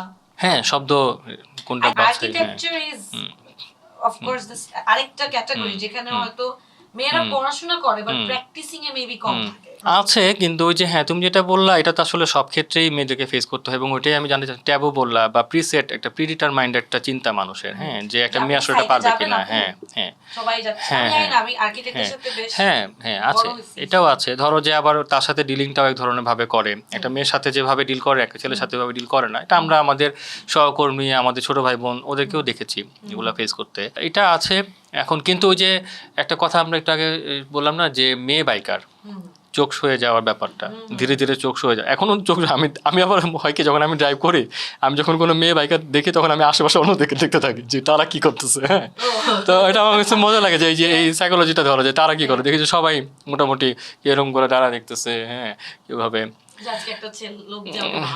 ওই যে ভাও বলে তোমার এরকম করে হেলে গেছে না। আচ্ছা, হ্যাঁ। সো এটা একটা গল্প আছে আর কি। আসার সময় ওই রাকা যখন স্টুডিওর দিকে আসতেছিল তখন হচ্ছে যে শাড়ি পরে আসছে, সে হেঁটে হেঁটে আসতেছিল ফুটপাথ দিয়ে, তো তখন এক ব্যক্তি তার পাশ দিয়ে কোনোভাবে একটা ভাও বলে চলে গেছে, কি একটা সাউন্ড। রাকা আজকে অবশ্য শাড়ি পরছে, একটা অনেক বিড়ালের মোটিভ আছে এটার মধ্যে, তো ম্যাও করতে পারে বলা যায় না, তো ম্যাও বলছে, তুমি তার ভাষাটা বুঝো নাই এটা। এখন আমরা আসলে একটু পশু পাখির দিকে আসবো। আমার কাজের জায়গা বা আমি যেটাতে আসলে প্যাশন নিয়ে কাজ করছি এখন, সো আমি শিয়াবের কাছে একটু আসি। শিয়াব, বিজ্ঞাপন বলো, চলচ্চিত্র বলো, ওটিটি প্ল্যাটফর্মের কন্টেন্ট বলো, এখন অনেক জায়গাতেই, আগেও হতো, এখন আমরা পশু পাখির ব্যবহারটা অনেক দেখি। হ্যাঁ, বিড়াল থাকে, পাখি থাকে, কুকুর থাকে, গরু থাকে, ছাগল থাকে। হ্যাঁ, তো তোমার প্রোডাকশনের সময় তুমি যখন কাজ করো, এবং আমি জানি তুমি একজন অ্যানিমেল লাভার, তোমার কুকুর আছে, তোমার বাসায় মুরগিও আছে, তোমার মেয়ে মুরগি পালে আমি দেখেছি, পাখি আছে, অনেক পাখির নেশা তোমার অনেক আগে থেকেই। তো তুমি যখন তোমার সেটে কোনো অ্যানিমেলস থাকে, যেটা কুকুর হোক, বিড়াল হোক, পাখি হোক, তুমি বিষয়টাকে কি অন্য সব কিছুর সাথে একসাথেই দেখো, মিলায় দেখো, নাকি ওর জন্য তোমার আলাদাভাবে মাথার কোনো একটা জায়গা থাকে পুরো শুটিংয়ের টাইমটার মধ্যে? মানে এটা আমি একটা জিনিস ক্লিয়ার করি, সেটা হচ্ছে যে মানে শুধু আমার মাথায় না, এটা পুরো টিমের মাথায়। যখন একটা অ্যানিমেল আসে, মানে অ্যানিমেল মানে হচ্ছে ধরেন আমাদের সেটে যখন একটা বাচ্চা আসে, মানে মানুষ আর কি, যদি একটা বাচ্চা আসে ধরেন যেটা হচ্ছে আন্ডার এজ, মানে হচ্ছে 1-2 বছরের বাচ্চা, বা হচ্ছে মানে ওরকম যদি কোনো বাচ্চা আসে, ওই বাচ্চাটা আসার পরে যেই পরিমাণ টেক কেয়ার করা হয় বা যে প্রিকশনগুলো নেওয়া হয়, যে একটা বাচ্চা নিয়ে আমরা শ্যুট করবো, এর জন্য আসলে টাইম বেশি লাগবে, ওর জন্য হয়তো বা এসি লাগবে, বা ওর জন্য এক্সট্রা ফুড লাগবে, এই জিনিসগুলো যেভাবে চিন্তা করা হয়, সেম একটা এনিমেল যখন আসে, একটা পশু যখন আসে আমাদের সেটে, সেটা একটা পাখি হোক, একটা বিড়াল হোক, একটা ঘোড়া হোক, হোয়াট এভার যেই আসুক, তার জন্য সেম প্রিকশনগুলো নেওয়া হয় তার মতন করে, মানে তার চাহিদার মতো। কারণ আমাদের কাছে দুইটাই সেম। সো মানে আপনারা অনেক সময় অনেকে বাইরের দর্শকরা ভাবে যে হলো আমরা হয়তো বা যে পশু পাখি নিয়ে যখন শ্যুট করি তখন আমরা অত গুরুত্ব দিই না। মানে আমি বলবো এই ধারণাটা খুবই ভুল। হয়তো বা কিছু ক্ষেত্রে হয় না তা না, হতে পারে, কারণ হাতের 5 আঙ্গুল তার সমান না, সবাই একভাবে ট্রিট করে, কিন্তু বেসিক্যালি আমাদের 99% প্রোডাকশনে আমরা যখন যে কোনো পশু পাখি নিয়ে শ্যুট করি, একটা মানুষের বাচ্চা ছোট বেবিকে নিয়ে শ্যুট করার সময় যে প্রিকশন হয়, সেম অ্যানিমেলকে নিয়ে শ্যুট করার সময় সেই প্রিকশন হয়, বরং আরও বেশি থাকে। কারণ কেন, ধরেন আপনি 3 বছর একটা বাচ্চা নিয়ে শ্যুট করছেন, ওকে যখন আপনি ডাকবেন ও কিন্তু বুঝে, কারণ মানুষ তো মানুষকে ডাকছে, ও তখন বুঝে, ও তখন কিন্তু আসে। ধরেন আপনি ওকে বললেন এখান থেকে এখানে ওর হেঁটে আসার একটা শট নেবে, সো ওর মাকে যদি উল্টা পাশে বসায় দেন ধরেন, তাহলে কিন্তু ওর মার কাছে হেঁটে আসবে যদি হাঁটতে পারে। কথা আমি জাস্ট এক্সাম্পল দিচ্ছি। কিন্তু ধরেন আপনি একটা কুকুরকে রাখলেন ওই পাশে, সেম কুকুরটা ধরেন হেঁটে আসবে, এটা দেখাতে চান, সো কুকুরকে তো আপনি ওই পাশে ওর মাকে রাখেন নাই। না না, আপনি তো রাখছেন আসলে কি আপনি বা আমি, আমরা কেউ একজন হয়তো বা দাঁড়িয়ে ওকে বলতেছে যেমন আসো যাকে আমার হয়তো কাছে। ও চেনেও না, হয়তো পারি সে পেট, সে হয়তো বা ট্রেন একজন কুকুর, কিন্তু তারপরে সে নাও আসতে পারে কারণ তার আশেপাশে যারা আছে তারা সবাই খুব অপরিচিত। এবং So, অনেক মানুষ ওটা অনেক কিন্তু শব্দ, আরো হ্যাঁ। কঠিন ডিল করা। হ্যাঁ।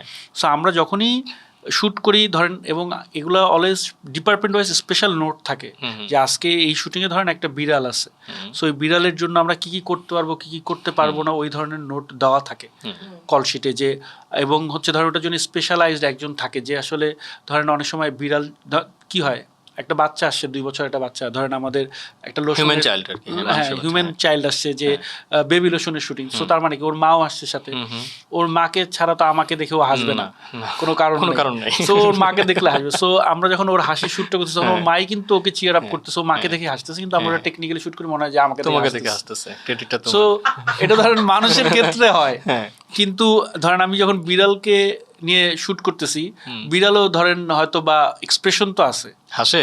সো বিড়াল বিড়ালের হাসে হাসি না, দেখছো? কিন্তু একটা তুমি দেখছো? পজিটিভ ওইটা আমি ও বিড়ালের বলতে কোনো পারবে, হাসি দেখি না আমার তোমার বিড়াল দিকে। সম্পর্কে আইডিয়া কম। বা ধরেন কুকুর, যেটাই হোক কুকুর, কুকুরের হাসি আপনিও আমি দেখছি কুকুর, তো আপনি সারাক্ষণই হাসে।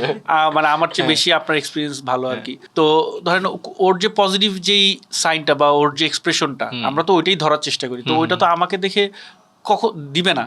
সো আমরা তখন ওই ডগ স্পেশালিস্ট কাউকে রাখার চেষ্টা করি যাকে আসলে যে আসলে হয়তো বা ওই কুকুরের সাইকোলজিটা বুঝবে, ওকে হয়তো ওইভাবে ডিল করতে পারবে, যে কিনা আমাকে ওই শটটা দিবে। সো আমরাও কিন্তু ওইভাবেই চেষ্টা করি শুটিংগুলার করার। আমি মানে এই যে ফিল্মে অ্যানিমেলের ব্যবহার, পশু পাখির ব্যবহার, এইটা নিয়ে আমার কিছু কাজের প্রচেষ্টা আমি পরে বলবো। তার আগে তোমার সাথে একটু কথা বলি। হচ্ছে তুমি গ্রামীণ ফোনের বিজ্ঞাপন বানিয়েছো। আমি তো এখন ঢাকা শহরের অ্যানিমাল ডিরেক্টর, যে কোনো তুমি বলো। হ্যাঁ, অ্যানিমাল হইলে আমি, তোমাকে ডাকে। আমার একটা পোর্টফোলিও হয়েছে আচ্ছা, যে I have directed cats, I have directed dog, I have directed, মানে এগুলো হচ্ছে তোমার ক্যাপাসিটি। কাউস, মানে এটা আমার ক্যাটাগরি। হ্যাঁ, ওকে, হ্যাঁ। সো আমি খুবই খুশি। এবং অ্যানিমালের দোয়া কিনা আমি জানি না, আমি লাস্ট একটা ইন্টারন্যাশনাল ফিল্ম ক্যাম্প ঘুরে আসছি, আমার গল্পটাও এই অ্যানিমাল ভিত্তিকই ছিল, বিড়াল আর আমার মা। আচ্ছা আচ্ছা, সো এটা অনেক সম্মান পাইছে ওইখানে। আচ্ছা, এবং ওইটার কল্যাণেই আমি ঘুরে আসতে পারছি। সো আই থিংক অ্যানিমাল আমার লাইফে বা আমার ক্যারিয়ার একটা ব্লেসিং। তুমি একজন ডিরেক্টর হিসাবে, ফিল্ম ডিরেক্টর হিসাবে তোমার জায়গাটা যদি বলো, যে তোমার স্ক্রিপ্টে, তোমার গল্পে কোথাও অ্যানিমেলস আছে। এখন তুমি যেহেতু অ্যানিমেল লাভার, তুমি তো সাইকোলজি বা এগুলো তোমার একটা এটা প্রিভিলেজ যে তুমি এটা বুঝো, হ্যাঁ, তোমার জন্য সুবিধা। তারপরও শুটিংয়ের সময় যে একটা হট্টগোল এবং সবার যে একটা রাশ থাকে না শুটিংয়ে, এবং গরম অনেক কিছুর মধ্যে তো থাকে, তখন একটা অ্যানিমেলকে অপেক্ষা করতে হয়। তাকে আর্টিস্ট হিসাবে ধরা হচ্ছে, কিন্তু সে তো আসলে কি শিল্পীর যে সম্মানটা একটা সেটে, সেই জায়গাটা একজন অ্যানিমেল হিসাবে যে সম্মানটা আমাদের ইকুইটি জায়গা থেকে দেওয়া দরকার। তুমি কি মনে করো যে সেই জায়গাটা তোমার প্রোডাকশনে তুমি দিতে পারো, বা কিভাবে দিতে চাও, বা চেষ্টা করো কিভাবে?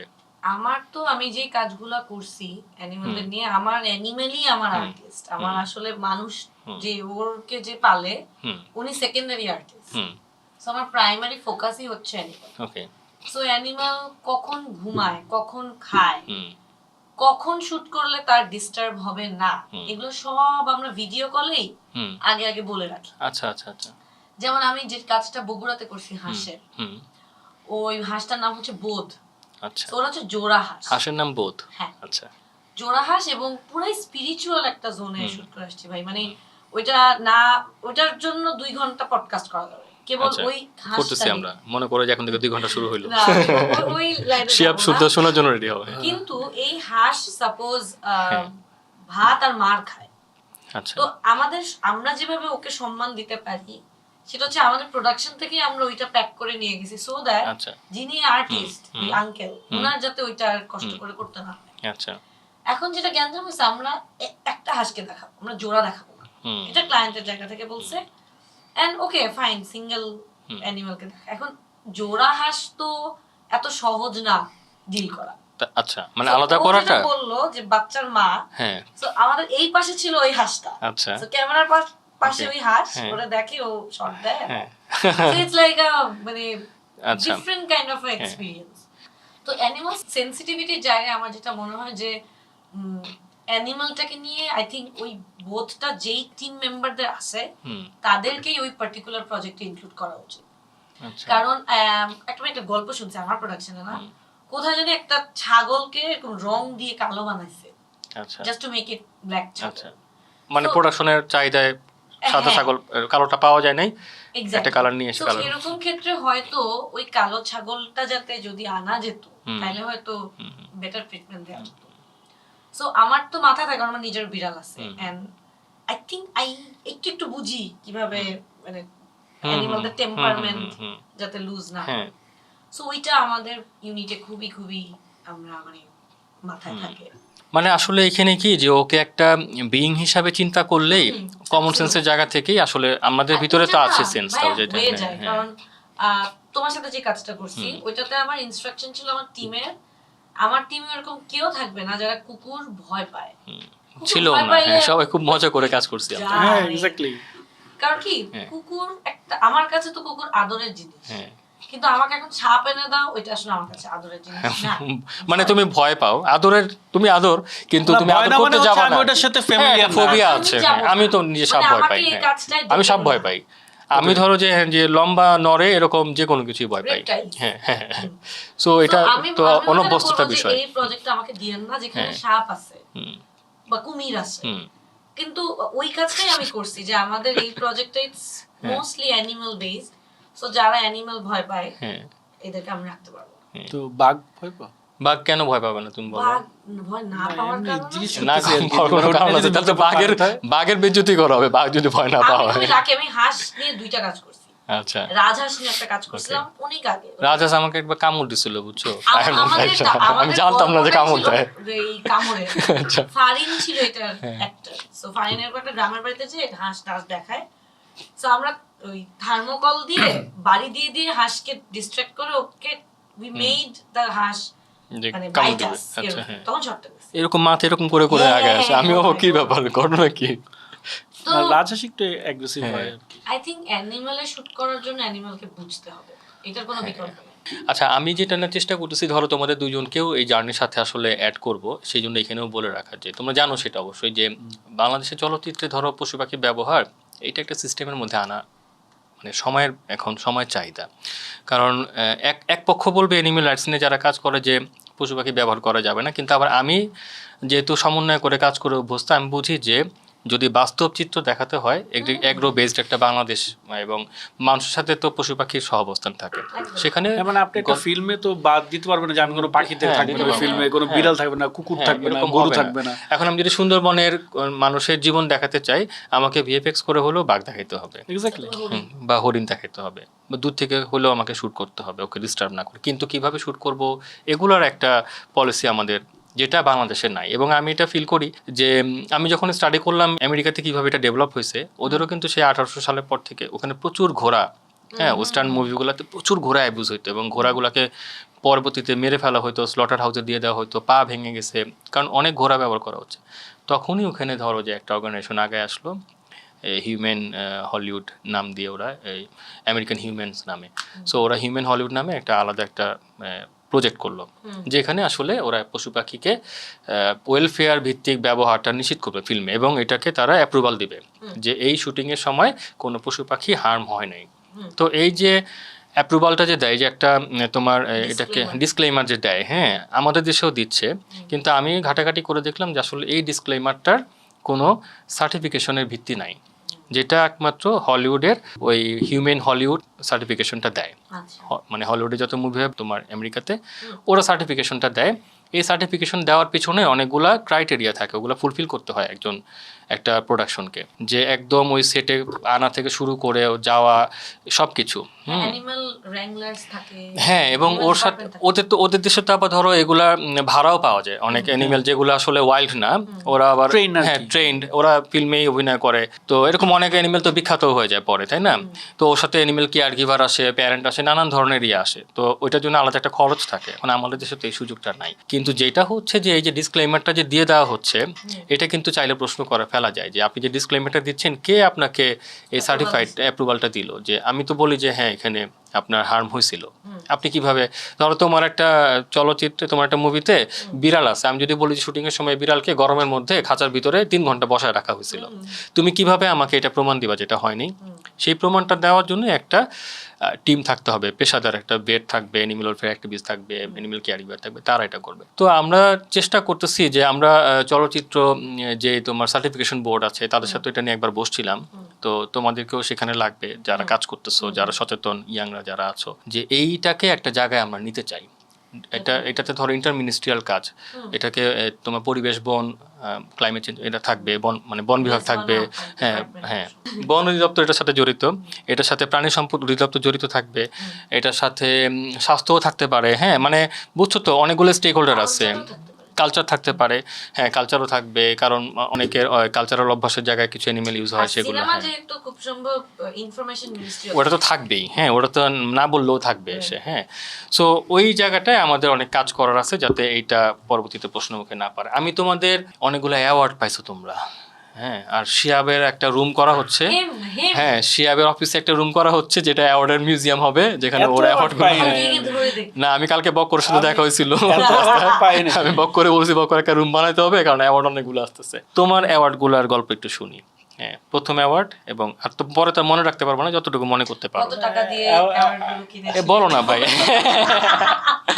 না অ্যাওয়ার্ডের গল্প বলার কিছু নাই, না শুনি না একটু তোমার এই অ্যাওয়ার্ড পাওয়ার যে প্রথম প্রেমের মতোই তো আসলে আমি আসলে প্রথম অ্যাওয়ার্ডের গল্প হচ্ছে, প্রেমের দিকে যাবো না, আমি একটু চিন্তা করো না, ওটা একটু প্রেমের মতন, হ্যাঁ অ্যাওয়ার্ডে থাকি আমরা, মানে প্রেমের মতন বলতে কারণ হচ্ছে যে আমি ওই অ্যাওয়ার্ডটার খবর জানতে পাই, মানে এটা হচ্ছে আমি এটা ফিল্মের জন্য পাই অ্যাওয়ার্ডটা, বাংলাদেশের সর্বোচ্চ অ্যাওয়ার্ড। আমি একটু কি বলে গল্পের মতন বলি, না প্লিজ বলো, হ্যাঁ। সেটা হচ্ছে ওই দিন আমাদের মহানগরের শুটিং চলতেছে আমাদের, আচ্ছা মহানগর অনেক জনপ্রিয়, মহানগরের শুট চলতেছে ভোরবেলা, সারা নাইট শুট ভোরবেলা। তো আমাদের কোনো একটা প্রোডাকশন রিলেটেড জিনিস নিয়ে আমরা মানে শুটও চলতেছে, প্লাস আমি মনে হয় পরের প্রিপারেশন নিয়েও ব্যস্ত আর কি ভোরবেলা। তো তখন হচ্ছে আমি যেই ফিল্মের জন্য পাইছি ওই ফিল্মের জন্য আমাদের প্রোডাকশন ডিজাইনার ছিলেন, উনি ছিলেন বাইরের ফ্রান্সের, এবং ওনার কাছে আসলে ওই প্রোডাকশনে অনেক কিছু শিখেছি। সিলভা আর কি ছিলেন, নোনাজলের কাব্য ফিল্মটার নাম আর কি, রেজওয়ান সুমিত ছিলেন ডিরেক্টর। তো আমাদের বাংলাদেশে যেটা হচ্ছে যে বাংলাদেশে আসলে ন্যাশনাল অ্যাওয়ার্ডটা দেয় হচ্ছে আর্ট ডিরেক্টরকে, আর বাংলাদেশে হচ্ছে যে আপনার ফরেন ক্রুরা অ্যাওয়ার্ডটা পায় না, যেহেতু এটা জাতীয় পুরস্কার। সো সেই সুবাদে যেহেতু, এবং আমি ছিলাম ওই ফিল্মের শিল্প নির্দেশক, এবং আমাদের দেশে আসলে শিল্প নির্দেশকই জাতীয় চলচ্চিত্র পুরস্কারটা পায়, এই জন্য আমার নাম ক্যাটাগরিটা ওইটাই, হ্যাঁ ক্যাটাগরিটা ওইটাই। তো ওয়ার্ল্ডে অন্যান্য জায়গায় বেসিক্যালি আসলে অ্যাওয়ার্ডটা থাকে হচ্ছে প্রোডাকশন ডিজাইনারের জন্য, হ্যাঁ পিডির জন্য।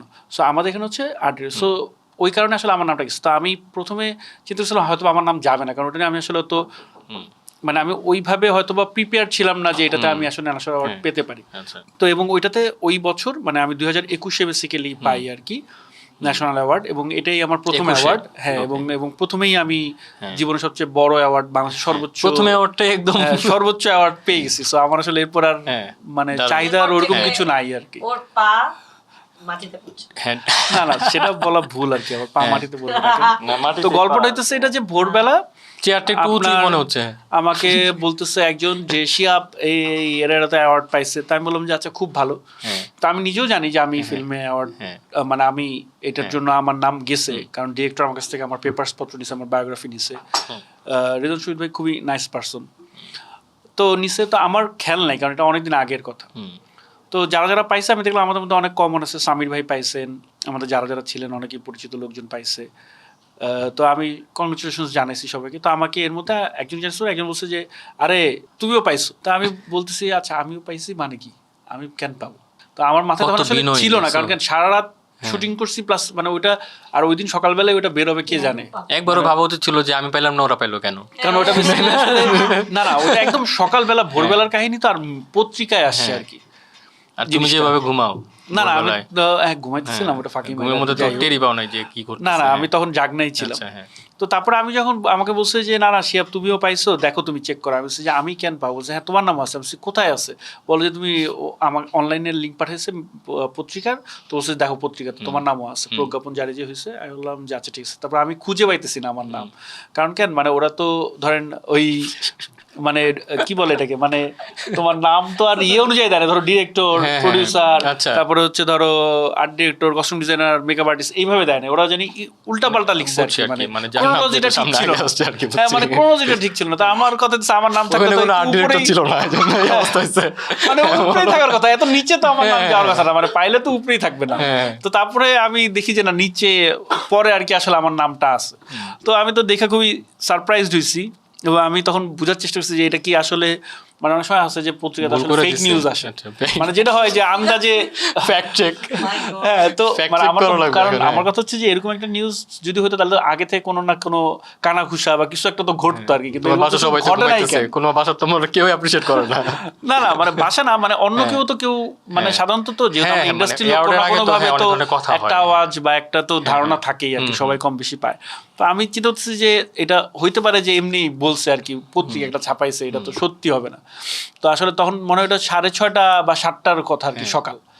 তো তারপরে যখন আস্তে আস্তে আসলে ডে বাড়তে থাকে, সবাই আসলে জিনিসটা জানে এবং কনফার্ম হয়ে জানে আসলে এটা প্রজ্ঞাপনই জারি হয়েছে যে কনফার্ম এরাই আসলে পাচ্ছে, তখন আসলে প্রজ্ঞাপন যে না এটাই কনফার্ম যে এরাই আসলে পাবে, তখন ফিলিং গুড আর কি। এবং মানে বাংলাদেশের সবচেয়ে সর্বোচ্চ অ্যাওয়ার্ড পাইছে, এবং ওইটা মানে ওইটা পাওয়ার পরে যেটা হচ্ছে যে ধরেন ওই যে বলছিলেন না যে একটা মানুষ শিহাব তুমি কি করো, প্রথমে যে আপনি কোশ্চেনটা করছিলেন যে কি করো, তো ধরেন কিছু কিছু আত্মীয় স্বজন বা আমার যারা মানে আশেপাশে মানুষ আছে যে শিহাব কি করো, তো ধরেন ওই অ্যাওয়ার্ডটা পাওয়ার পরে বলছে আচ্ছা ঠিক আছে ও ইম্পর্টেন্ট কিছু করে, এর কারণে গভর্নমেন্ট বা বাংলাদেশ সরকার ওকে আসলে মানে জাতীয় পুরস্কার দিচ্ছে। সো জাতীয় পুরস্কার পাওয়ার কিন্তু আমি ফার্স্ট ক্লাস সিটিজেন, সো ওইটা কিন্তু আরেকটা অনার। সো এটা অনেকেই জানে না। এবং অনেক সুযোগ সুবিধা আছে, হ্যাঁ অনেক জেলে যাবা না, মানে ওইটা এই জেলে নিলে অনেক কথা হবে, না না ভাইরাল হবে না, সেটা হচ্ছে বলো না একটু, এগুলো সাধারণ মানুষের জানা আমি রাখা যাবে না। আচ্ছা রাখবে না, না রাখেন না, না দরকার কি, এমনি তো টেকনিক্যাল আমরা জানি না, তো জানতে হবে তোর ভাই, তাহলে সবাই জাতীয় পুরস্কার পাওয়ার জন্য আমি বলি কি কি জানি জেলে নিলে না, জেলে নিলে না, জেলে যাওয়ার আগে যদি আমি ফার্স্ট ক্লাস সিটিজেন, আমাকে যে কোনো পুলিশ এসে ধরতে পারবে না, আমাকে ধরার জন্য ম্যাজিস্ট্রেট আসতে হবে।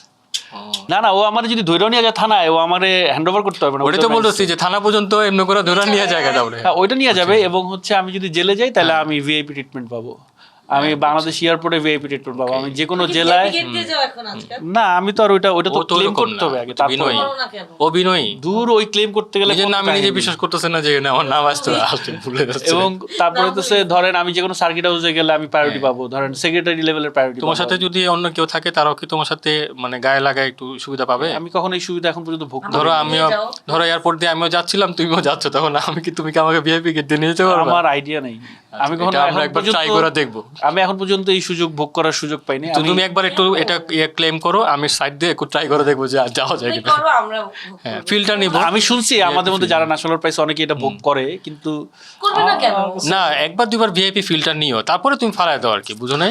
না ওটার প্রসিডিওরটা কি জানতে হবে আর কি, আমি জানার চেষ্টা করিনি, সময় পাই না, এত ব্যস্ত। না তো আচ্ছা যাই এগুলো বাদ, পডকাস্ট থেকে প্লিজ, এটা তো মজা মানে কিন্তু এইটা আর কি আপনার ইয়ে যে ওই জিনিসগুলা ধরেন আছে। আচ্ছা, আর তুমি যে দেশের বাইরে মাঝে মাঝে যাচ্ছ, কানে গেলা তোমরা, এটা নিয়ে যদি একটু বলো, আসলে এটা তো একটা বড় সম্মান বাংলাদেশের জন্যই। হ্যাঁ, তো কানসে যাওয়াটা তো আসলে মানে এটা হচ্ছে ওই যে ওই অ্যাওয়ার্ডের মতনই, আমার কোনো আইডিয়া ছিল না যে আমরা কানসে যাব। মানে এটা যেটা আইডিয়া ছিল যে ধরেন আদনান রাজীব যিনি ডিরেক্টর, এটার আলী যে প্রজেক্টের জন্য আমরা গিয়েছি আর কি, তো আদনান ভাই একদিন ফোন দিয়ে বলছে সে আমরা একটা শর্ট ফিল্ম করবো, আমি চাই তুমি থাকো। আমি বলছি ওকে ভাই, যেহেতু ওনার সাথে আমি একটা লম্বা সময় কাজ করে আসতেছি, এখন হয়তো বা ফিল্ম টিম সবকিছু মিলে কম করা হয় আমার, তো ওই হিসেবে আমি বলছি হ্যাঁ ভাই থাকবো। এবং উনি বলছিলেন যে এটা আমরা আসলে যারা সবসময় আমরা একসাথে কাজ করি সবাই মিলে করবো, এটা আমাদের সবার কাজ। আমি বলছি ওকে। সো ওনার সাথে আমার ওই আন্ডারস্ট্যান্ডিং আসতে দেখে আমরা চলে যাই, আমরা মানে 2-3 মাস ধরে প্রিপারেশন করি, মিটিং করি, মিছিল করি, লোকেশন দেখি, তারপরে একটা শর্ট ফিল্ম বানাই সুন্দর, উনি যেটা চেয়েছেন আর কি ওইভাবে। তো তারপর হচ্ছে আমাদের প্রডিউসার যিনি তানভীর ভাই বিভিন্ন ফেস্টিভ্যালে দিবেন আর কি, ওইভাবেই টার্গেট করে বানানো হয় আর কি। সো ফেস্টিভ্যালগুলোতে দেয়, এবং হঠাৎ করে আমরা শুনতে পারি যে আমরা কানে সিলেক্ট হয়েছি মেইন কম্পিটিশনে। সো আমরা খুব খুশি হয়ে যাই, আচ্ছা মেইন কম্পিটিশনে সিলেক্ট হয়েছি, তাহলে কি আমরা সবাই যেতে পারবো এখানে। তো তখন বলা হয় যে হ্যাঁ আমরা সবাই যেতে পারবো। তো তারপর আসলে বেসিক্যালি তানভীর ভাই প্রসেস করে যে আমরা ঠিক আছে যাবো, আমরা অ্যাপ্লাই করি, ভিসায় আমরা যাই। তো আমরা যাই বেসিক্যালি কানসে সুযোগ হয়েছে, আমরা ইনভিটেশন পাইছি, আমরা গেলাম, দেখবো আমরা সুটেড বুটেড সবাই। তো ফলো করতেছিলাম আমরা না টাক্সিডো আমার জিজ্ঞেস করলে ওই যে কোটির মতো কিন্তু এরকম ও যে এরকম আর এখানে টাই থাকে আর হচ্ছে আপনার বউ পড়তে হয়, বউটাই পড়তে হয়, বিলাই পড়তে দেখতাম ছোটবেলায় বইতে ছবিতে। যাই যেটাই হোক ওইটা সম্পর্কে আমারও আইডিয়া কম আর কি। তো ওটা পড়ে গেছি এবং কানসে গিয়ে আমার যেটা ফিল হয়েছে এটা আপনি বুঝবেন, যেরকম আমরা আর্ট ক্যাম্প গুলো করি না। একটা মিনিট, এটা কি কানসের মানে এটা কি ড্রেস কোড, এটা পড়তে হয়? কানসের কিছু কিছু ইভেন্টে পড়তে হয়, সব ইভেন্টে। আচ্ছা আচ্ছা, দারুণ। হ্যাঁ, ওটাকে সম্মান দেখানো আর কি, যে ওদের ওইটাতে না সম্মান ওদের হচ্ছে থাকে না আপনার ড্রেস কোড আর কি, ওদের স্পেসিফিক কিছু শো আছে, ওরা বলে দেয়। গ্ল্যামারাস জগৎ তো আসলে ওটা তো রেড কার্পেট আছে কিছু জায়গায়, ওইসব জায়গায় ওদের একটা বাধ্যতামূলক আছে তোমার দেশের কালচারের কাপড়, দেন আরেকদিন এই ফর্মাল টাক্স। হ্যাঁ মানে ওদের এটা ওরা বলে দেয় আর কি, হ্যাঁ আপনার পড়তে হবে আর কি বোটাই দিয়ে। মানে যেটা হচ্ছে যে আমরা গেছি, তারপর আমরা তো খুশি, এবং আমার কাছে যেটা ভালো লাগছে প্রথম 2-1 দিন আমার বুঝতে একটু প্রবলেম হয়েছে, কারণ আমার তো কোনো আইডিয়া নেই, মাথার উপরে দিয়ে গেছে সব। তো তারপরে যেটা সেটেলমেন্ট হিসেবে আমি বুঝছি যে আমরা আর্ট ক্যাম্প যেভাবে করতাম, যে ধরেন 5 দিনের জন্য চলে যেতাম, সারাদিন ছবি আঁকতো, গল্প করতো, সেম এটাও হচ্ছে ফিল্মের ক্যাম্প আমার কাছে মনে হয়েছে। সারাদিন সবাই যে যেরকম ইচ্ছা সিনেমা দেখতেছে, মিলন মেলার মতো আর কি। হ্যাঁ ফিল্ম দেখতেছে, অনেক পরিচিত মানুষ, অনেক নতুন মানুষের সাথে আপনি পরিচিত হচ্ছেন, নানা মানুষের ফিল্ম দেখতেছেন, ও ওইরকম আর কি বিষয়টা। এবং তারপরে লাস্টের দিন আমরা শুনলাম যে আমরা একটা স্পেশাল মেনশন পাইছি, সো ওইটা আরো মানে অন্যরকম ফিলিংস ছিল, আমরা হ্যাপি। না আমরা তোমাদের এই ফেসবুকের এই পোস্টগুলো ফলো করছিলাম আমি আর তারানা বাসায় বসে, এবং খুব ভালো লাগতেছিল যে আমাদের শিহাব এখানে প্ল্যাটফর্মে। হ্যাঁ, দারুণ ব্যাপার। হ্যাঁ, তোমার প্রথম অ্যাওয়ার্ড পাওয়ার মুহূর্ত তুমি নিজেই বলো। তোমার প্রথম অ্যাওয়ার্ড? হ্যাঁ, অ্যাওয়ার্ড তো আলহামদুলিল্লাহ অনেকই পাইছি। হ্যাঁ, আমি জাতীয় পুরস্কার এখনো পাই নাই। পাবা ইনশাআল্লাহ। আমার কথা হচ্ছে পাবা, তুমি শুনছি আমি, বলো। না কিন্তু নারী হিসেবে বিভিন্ন ভূমিকা রাখার জন্য আমি প্রায়শই অনেক জায়গা থেকে অ্যাওয়ার্ডেড হয়েছি, বাট আমার জন্য গুরুত্বপূর্ণ সবচেয়ে বেশি কোনটা সেটা বলতে পারি। প্লিজ। আমরা তো বিজ্ঞাপন বানানো শিখছি, একরকম গুলে খাইছি, দেন নিজেরা এখন এক একটা বিজ্ঞাপন এক একটা আমাদের বাচ্চার মতো। তো বিজ্ঞাপনের একটা খুবই ইম্পর্টেন্ট একটা অ্যাওয়ার্ড আছে আমাদের এখানে, কমওয়ার্ডস। তো গত বছর আমি গ্রামীণ ফোনের একটা বিজ্ঞাপনের জন্য কম পাইছি। আচ্ছা, কংগ্রাচুলেশনস। তুমি ছিল আমার আচ্ছা, সো এটা ছিল আমার প্রথম অ্যাওয়ার্ড, এবং জেদ বলাটা ঠিক হবে না, বাট আমার অনেক ইচ্ছা ছিল এই অ্যাওয়ার্ডটাকে পজিটিভলি নেই আমরা, জেদ তো পজিটিভলি হয়। হ্যাঁ, আমি যখন অ্যাপল বক্সে কাজ করতাম দেখতাম যে পিপলু ভাই এই অ্যাওয়ার্ডগুলো পাইতো। আচ্ছা, এবং এই অ্যাওয়ার্ডগুলো না আমার ডেস্কের উপরেই থাকতো। আচ্ছা, কেউ যদি আমার রুমে আসতো বলতো ও রাখা এই অ্যাওয়ার্ড, তো আমি এরকম করে বলতাম এগুলো আমার, পিপলু ভাই। তোমার অনেক লজ্জা লাগতো। তো আমি যখন পাইছি আমি ইয়েস অ্যাট লিস্ট একটা হলেও পাইছি। আচ্ছা, but to be very honest, award is just an অ্যাওয়ার্ডই। কারণ আমরা তো সব কাজই দেখি, এরকম বহু কাজ আছে যেগুলা মানে ভীষণই সুন্দর, ভীষণই থাকে না মানে ইমোশনাল, সবাইকে তো আসলে অ্যাওয়ার্ড দেয়া যায় না, কিন্তু কাজগুলা কিন্তু ওই ক্যাটাগরিতে ভালোই লাগে। সো এরকমই মানে অনেক উত্তেজনা। না তারপর আমার মনে হয় যে যেহেতু অ্যাওয়ার্ডের একটা প্রচলন পৃথিবীতে আছে, হ্যাঁ সেহেতু হ্যাঁ মানে ইন্সপিরেশন বা রিকগনাইজেশন, যে আচ্ছা ঠিক আছে আপনাকে রিকগনাইজ করা হলো যে আপনি এটাতে স্পেশালাইজড বা মানে একটা রিকগনাইজেশন, ওটাতে মানে ইন্সপায়ার করা আর কি একটা মানুষকে। যেহেতু এটা ক্যারিয়ার এবং পেশা, সেখানে এটা অবশ্যই এটা আমার মনে হয় যে এই গোলটা থাকা উচিত, এই ভিশনটা থাকা উচিত। আমি আগে বুঝতাম না, মানে বুঝতাম না বলতে যে 14 বছর ধরেই তো অনেক কিছু করছি, প্লাস চিলড্রেন্স ফিল্ম সোসাইটির সাথে ছিলাম, বিভিন্ন জায়গায় জুরি হিসেবে ছিলাম। তো আমি না ওইগুলাকে আমার সিভিতে ইনক্লুড করতাম না, মানে খেয়াল করতাম না যে আমি কত দূর আগাইছি বা নিজেকে যে ফিরে দেখা আর কি রিকগনাইজ করতাম না।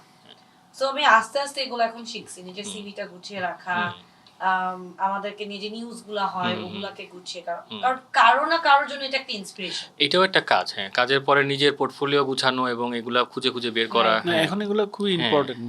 যে ডকুমেন্টগুলো রাখা আর কি, যে এটা মানে তুমি এটা বলতে পারো মনে হয় যে নতুন যারা কাজ করে, কারণ আমাদের কিন্তু আরেকটা প্রবলেম আমি পাই, মানে গুছানো থাকি না আমরা। আমরা তো ঐতিহাসিকভাবে ধরো যে ইতিহাস সংরক্ষণ করার দিকে গুরুত্ব দেই না, যেটা ব্রিটিশরা দিচ্ছে। হ্যাঁ তো এই জায়গাটা তুমি একটু বলো না, যে কাজ শুধু করে গেলে হবে না, মনে হয় গুছানো জায়গাটা নিয়ে। না তোমার পোর্টফোলিও আমি পাইছি, ওটা খুব সুন্দর ছিল, এরকম না মানে পোর্টফোলিও যে আপনি যে কাজটা করতেছেন এটা তো মানুষকে ধরেন বলতে হবে বা দেখাইতে হবে, শর্ট টাইমের মধ্যে। হ্যাঁ আপনি নালে হঠাৎ করে আপনি আসলে আমি কি কাজ করছি, আমরা তো গত 1.5 ঘন্টা ধরে কথা বলতেছি কথার কথা, কিন্তু আসলে কয়টা কাজ নিয়ে কথা হয়েছে। সো ওই কাজটার জন্য বা আপনি ধরেন আমাকে নতুন একজন মানুষ যখন আমার সাথে পরিচিত হবে, সে আসলে কি হয়ে জানো আমি কি কাজ করছি, ধরেন একটা কাজের কথা বললেই কি হবে, মানে ওটার জন্য পোর্টফোলিওটা তো জরুরি, যে আসলে আমি কি কি কাজ করছি ওটা ডিটেলটা জরুরি। আর এখন ধরেন যেভাবে পৃথিবী আগাচ্ছে বা সোসাইটি যেভাবে আগাচ্ছে, আপনাকে আসলে তো মানুষটাকে দেখবেন, আপনার কাজটাকেই দেখবেন। মানে আমি অ্যাজ এ শিহাব কিরকম ওইটা ইম্পর্টেন্ট না, আমি কি কাজ করছি ওইটা হচ্ছে ইম্পর্টেন্ট। সো আপনি দেখতে ভালো কি দেখতে খারাপ, আপনি কথা সুন্দর করে বলেন কি বলেন না, ওইটা ইম্পর্টেন্ট না, ইম্পর্টেন্ট হচ্ছে কাজ। আপনি কাজ জানেন, আপনার কোয়ালিটি আছে, এক্স্যাক্টলি আপনার জার্নি ঠিকঠাক, তাহলে আপনি ওকে, আপনি কোয়ালিফাইড। সো ওইটার জন্য তো ওই জিনিসগুলো রেডি করে রাখা জরুরি আর কি, কারণ যে কোনো সময় যে কোনো জায়গায় প্রয়োজন হতে পারে। এই ব্যাপারগুলো তো আমি লাস্ট 1.5 বছর ধরে ভীষণভাবে মনোযোগী হয়েছি, এবং আমি নতুন করে অনেক কিছু স্টার্ট করতেছি, যে বিভিন্ন স্ক্রিপ্ট ল্যাব গুলাতে অ্যাপ্লাই করা, ফেস্টিভ্যাল গুলাতে অ্যাপ্লাই করা, নিজের কাজকে ইন্টারন্যাশনাল দর্শকের কাছে কেমনে নিয়ে যাওয়া যায়, ওইগুলা বেশ ট্রাই করছি। ফিল্ম ডিরেকশনে যারা আসতে চায় তাদের জন্য আর কি, যে এই যে তুমি কি শেষ কথাটার মধ্যে, হ্যাঁ, যে তুমি কি স্টেপ বাই স্টেপ কিছু বলতে চাও, যে কাজ শেখা শুরু করার পরও আরও নিজেকে আরও তো ঝালাই করতে হয়। হ্যাঁ, তুমি তো শুধু একটা কাজ পেলেই ঝাঁপায় পড়ো না, যখন মাঝখানে গ্যাপ থাকে নিজেকে তো ঝালাই করো। হ্যাঁ, এই ঝালাই প্রক্রিয়াটা কি, আর হচ্ছে যে ধরো নিজেকে গুছানোর জায়গাটা, এটা যদি স্টেপ বাই স্টেপ একটু বলো নতুনদের জন্য। আমি ছোট করে বলার চেষ্টা করি, কিন্তু পরিসরটা আসলে অনেক বড়। এই ফিল্ম ডিরেকশনটা না খুবই ক্রিয়েটিভ আর প্র্যাকটিক্যাল, দুইটা সেন্সের মিক্স। এখন ধরো তোমাকে আমি বললাম যে এই তুমি আমাকে অ্যাসিস্ট করবা, তুমি লাফাইতে লাফাইতে চলে আসলা উইদাউট নোয়িং তোমাকে কত টাকা দিব। মানি ইজ ভেরি ইম্পর্টেন্ট আমার কাছে লাগে, এবং এটা নিয়ে কথা বলার মধ্যে কোনো হার্ম নাই।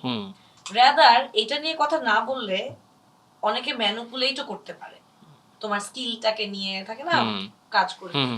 সো ক্রিয়েটিভিটি আর প্র্যাকটিক্যাল সেন্সের একটা ফাইন ব্যালেন্স হচ্ছে ফিল্ম ডিরেকশন। আচ্ছা, সো ওই জায়গা থেকে যারাই এখানে আসতে চায়, কিছুটা ইমোশনাল কিছুটা প্র্যাকটিক্যাল জায়গা থেকেই যাতে আসে, নিজের সিভিটা যাতে গোছানো থাকে, তারা কি কি কাজ করছে তাদের পোর্টফোলিও যাতে প্রপারলি প্রেজেন্ট করতে পারে এবং কনফিডেন্স। আরেকটা জিনিস হচ্ছে চর্চা, খুবই জরুরি একটা জিনিস। ফিল্ম দেখা, ফিল্ম মোবাইলেও দেখতে পারে, সিনেপ্লেক্সে গিয়ে যতভাবে সম্ভব। হ্যাঁ, সিনেপ্লেক্সে গিয়ে বড় পর্দায় ফিল্ম দেখার মধ্যে একটা অনুভূতি আছে, যে আমিও একদিন এরকম একটা ফিল্ম বানাবো, সাউন্ড টাউন সবকিছু মিলায় এসে হচ্ছে, ওই জন্য ওকে একটা ইন্সপিরেশন দেয়। সো ওই চর্চাটা জরুরি। আদারওয়াইজ ফিল্ম নিয়ে কথা বলা যায় না। সাপোজ কথার কথা, অনেক পুরনো যারা ফিল্ম মেকার আছে, লিজেন্ড যারা, আমরা বলি কি আরে পুরান বোরিং সারাক্ষণ film, but otherwise you can not communicate. কি ইতিহাসটা না জানলে ইটস ডিফিকাল্ট। সো করা আর পড়া, কেউ যদি চিন্তা করে একসাথে করবে, তার জন্য আসলে কিন্তু ডিফিকাল্ট। তার নিজেকে আসলে উৎসর্গ করে দিতে হবে এই জোনটাতে। সে যদি চিন্তা করে আমি একটু ফিল্ম মেকার হব, একটু এটা করব সেটা করব, ইটস টাফ। মানে সে হয়তো জয়া আপার সাথে দুটো সেলফি তুলতে পারবে, বাট জয়া আপা কি তাকে মনে রাখবে কিনা তার কাজ দিয়ে, দ্যাটস ডিফিকাল্ট। হ্যাঁ, ওই কাজটা শেষ করার পর এক্সপেরিয়েন্সটা মনে থাকবে কিনা। সো ওই জায়গাটাতে ওই চর্চাটা থাকতে হবে। আর একটা হচ্ছে ঝরে পড়া। আমার যে ফ্রাস্ট্রেশনের কথা বলতেছিলা তোমরা আর্টিস্টের, ফিল্ম যদি প্রতিদিন একটা একটা পয়দা হইতো তাহলে আমরা সবাই ফিল্ম মেকার হতাম। এটা আসলে আর্টের পর্যায়ে হয়তো আর থাকতো না। আচ্ছা, সো ফিল্ম মেকারদের ধৈর্য থাকতে হবে, যে ফিল্ম হয়তো 3 বছর পর পরই একটা হবে। আচ্ছা, because film making is nothing but your experience, your maturity. সেখানে দিন দিন ওই ম্যাচুরিটিটা অ্যাড হয়, এক্সপেরিয়েন্স অ্যাড হয়, তাতেই ফিল্মটা মানে ম্যাচিউরড হতে থাকে। হ্যাঁ, মানে একজন তো আসলে ভিতরে ভিতরে এটা আলোকিত হয়, অনেক এক্সপিরিয়েন্স গ্যাদার করতে থাকে, একটা একটা সুযোগ পেলে সেখানে সে ঢেলে দেয় জিনিসটা, তাই না? সো ঝরে পড়ার জায়গাটা কি, আমরা এখানে অনেক স্বপ্ন দেখি না সবাই, ছেলেটাও দেখে মেয়েটাও দেখে। সো আমরা অনেক সময় একটু না বুঝে অতিরিক্ত স্বপ্ন দেখি, ম্যানিফেস্টেশনে বিশ্বাস না করে প্রথমেই ওই বড় জিনিসটা চাই ফেলি। বাট এটা তো step by step, it's a process. So ওই তারপর লেখালেখি করা, স্ক্রিন রাইটিংটা লেখা, ডিরেক্টরদের প্রচুর লেখালেখি করতে হয়। সো ইটস আ ব্যালেন্স, এই লাইফস্টাইলটা তৈরি। আমি একটা প্রশ্নে যাব, তার আগে একটা ছোট জিনিস জানতে চাই। তোমার অনেক কাজের মধ্যে একটা জিনিস আমার কাছে ভালো লাগে, সেটা সাধারণ দর্শকদের জন্য জানতে চাই, যে জানলা দিয়ে রোদ এসে পড়তেছে, হ্যাঁ, টেবিলের উপরে, বা ধরো 2-3 জন বসে আছে, বাইরের দিনের সকাল হয়েছে বা দিন বোঝা যাচ্ছে, এরকম একটা আলো দেখি, হ্যাঁ, ওই জানলার বাইরে আসলে কি থাকে ভাই? মানে কি আসলে সূর্য থাকে না কি? জানলার পাশে বেসিক্যালি একটা এইচএমআই থাকে, মেবি লাইট থাকে, একটা বড় লাইট থাকে, যে লাইটের সামনে আপনি দাঁড়াইলে সর্বোচ্চ 10 সেকেন্ড দাঁড়াতে পারবেন, তাই জায়গাটা পুড়ে যাবে। হ্যাঁ, ওইরকম একটা লাইট থাকে যেটা দিয়ে আলোটা আসে।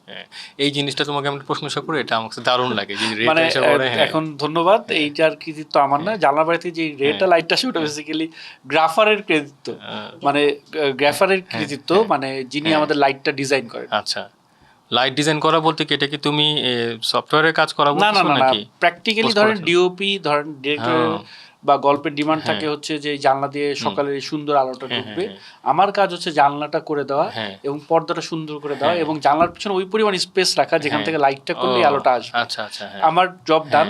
তারপর ওই লাইটটা বসায় বেসিক্যালি ডিওপির নির্দেশনা অনুযায়ী যিনি লাইট করেন তিনি। বুঝতে পারছি, মোলায়েম হয়ে যায় একদম পুরা। ওটার জন্য হচ্ছে আবার সামনে অনেক গেটওয়ে দেওয়া হয় যাতে লাইটটা আস্তে আস্তে সফট হইতে হইতে ভিতরে আসে। দারুণ। আচ্ছা, এটাই আমি একটু ভাবলাম যে একটু বলি যে জানালার বাইরে কি ছিল আসলে। আচ্ছা, কোক স্টুডিওর সেট, তুমি তো কয়েকটা সেটের কাজ করেছো, রাইট? আচ্ছা, তোমার মুখ থেকে নামগুলো শুনি যেগুলো খুব জনপ্রিয় হয়েছে। ও আচ্ছা, যেগুলো করছি হচ্ছে যেরকম সিজন 2 তে ছিল কথা কইও না, তারপর হচ্ছে দাঁড়ালে দুয়ারে, তারপর হচ্ছে বনবিবি, হ্যাঁ, এগুলো হচ্ছে সিজন 2, সরি সিজন 2 তে হচ্ছে অবাক ভালোবাসা ওয়ারফেজের। আর আরো একটা গান আসবে, আপনার এটা কবে রিলিজ হবে জানি না, ওটার উপরে ডিপেন্ড করতেছে যে এটা বলবো কি বলবো না। এটা কি আগামী 15 দিনের মধ্যে আসবে? আচ্ছা, তার মানে ওইটা তো তুমি কাজ করছো তোমার? হ্যাঁ, আরেকটা নতুন গান আসবে আর কি, ওইটাতে মানে বেসিক্যালি সিজন 3 তে আমি 2টা গানে কাজ করছি আর কি। কেমন লাগতেছে তোমার যখন এই যে পাবলিশ হয়, হ্যাঁ, আপলোড হয়, মানুষজন দেখা শুরু করে, হ্যাঁ, এবং আমরা তো আসলে তোমার পুরো ইয়েটা দেখি, মানে জার্নিটা তো একটা ফ্রেমের মধ্যে দিয়ে চলে আসে। মানুষজন দেখাচ্ছেও, যেটা হচ্ছে বড় বিষয় হচ্ছে যে কোক স্টুডিও করার অভিজ্ঞতা হচ্ছে একটা অন্য এক্সপিরিয়েন্স, কারণ সাধারণত আমি এর আগে কখনো এরকম মিউজিক ভিডিওতে কাজ করিনি, এই জন্যই। হ্যাঁ, তো এটা হচ্ছে পুরো আলাদা একটা জনরা এবং এখানে চ্যালেঞ্জ অনেক বেশি, অপশন অনেক বেশি, এবং হচ্ছে আমার এই যে এরপরে যে গানটা আসবে ওই গানটা দেখলে বুঝবেন যে এটা হচ্ছে অন্য যে কোনো কোক স্টুডিও গানের চেয়ে সবচেয়ে আলাদা, যেটা একটু সুরিয়ালিস্টিক আছে, যেটা আমরা মানে আউট অফ দ্য বক্স চিন্তা করছি আর কি। এখন বাকিটা আসলে সবাই দেখলে হয়তো বা বলবো এটার ভিজুয়াল কেমন হয়েছে। সো ওই এইটাতে যেরকম ওই সুযোগটা আছে মিউজিক ভিডিওগুলোতে, কারণ আমরা বেসিক্যালি মিউজিক ভিডিওগুলোতে যেটা হয়েছে যে আমরা ফুল স্বাধীনতা পাইছি কি করতে চাই। আমাদের অবস্ট্রাগল ছিল অনেক টেকনিক্যালি, কিন্তু হচ্ছে আমরা লিরিক্স কি, ওই লিরিক্সের উপরে বেস করে বেসিক্যালি আমরা ভিজুয়াল তৈরি করছি। সো এটা আমাদের মানে এটার জার্নিটা আমাদের অন্যরকম খুবই মজার এবং চ্যালেঞ্জিং জার্নি ছিল, কারণ আমাদের অনেক টাইম লিমিটেশন ছিল, রিসোর্স লিমিটেশন ছিল, আবার আমাদের যেরকম ধরেন হচ্ছে প্রোডিউসার অ্যাঙ্গেল থেকে আমাদের সাপোর্টও ভালো ছিল, কিন্তু মানে ওটাতে একটা থ্রিল ছিল, কারণ আমাদের প্রত্যেকটা গানের লিরিক্স অনুযায়ী হচ্ছে গানগুলো করা, এক একটা গানের এক এক রকম এক এক ধরনের গান। সো ওইটা অন্যরকম মজা, এবং মানে কোক স্টুডিও গান করে যেরকম হচ্ছে যে আমরা আমি বলবো যে আমি মানে কাজ করার আগ্রহ আরও আমার মানে ক্ষুধা আর কি, ভালো কাজ করার ক্ষুধা আরও বেশি বাড়ছে। আচ্ছা, দারুণ। আমার মনে হয় যে আমরা শেষের দিকে, রাকা, তুমি দর্শকদের মধ্যে দুইটা ভাগ করে, একটা হচ্ছে প্যারেন্টস, একটা হচ্ছে তাদের বাচ্চা কাচ্চারা যারা ফিল্ম ডিরেক্টর হইতে চায় অথবা জানে না, কিন্তু তোমার কাজ দেখে বা আজকে তোমার কথা শুনে হয়তো বা চিন্তা করবে, তাদের জন্য যদি তুমি কিছু বলতে চাও।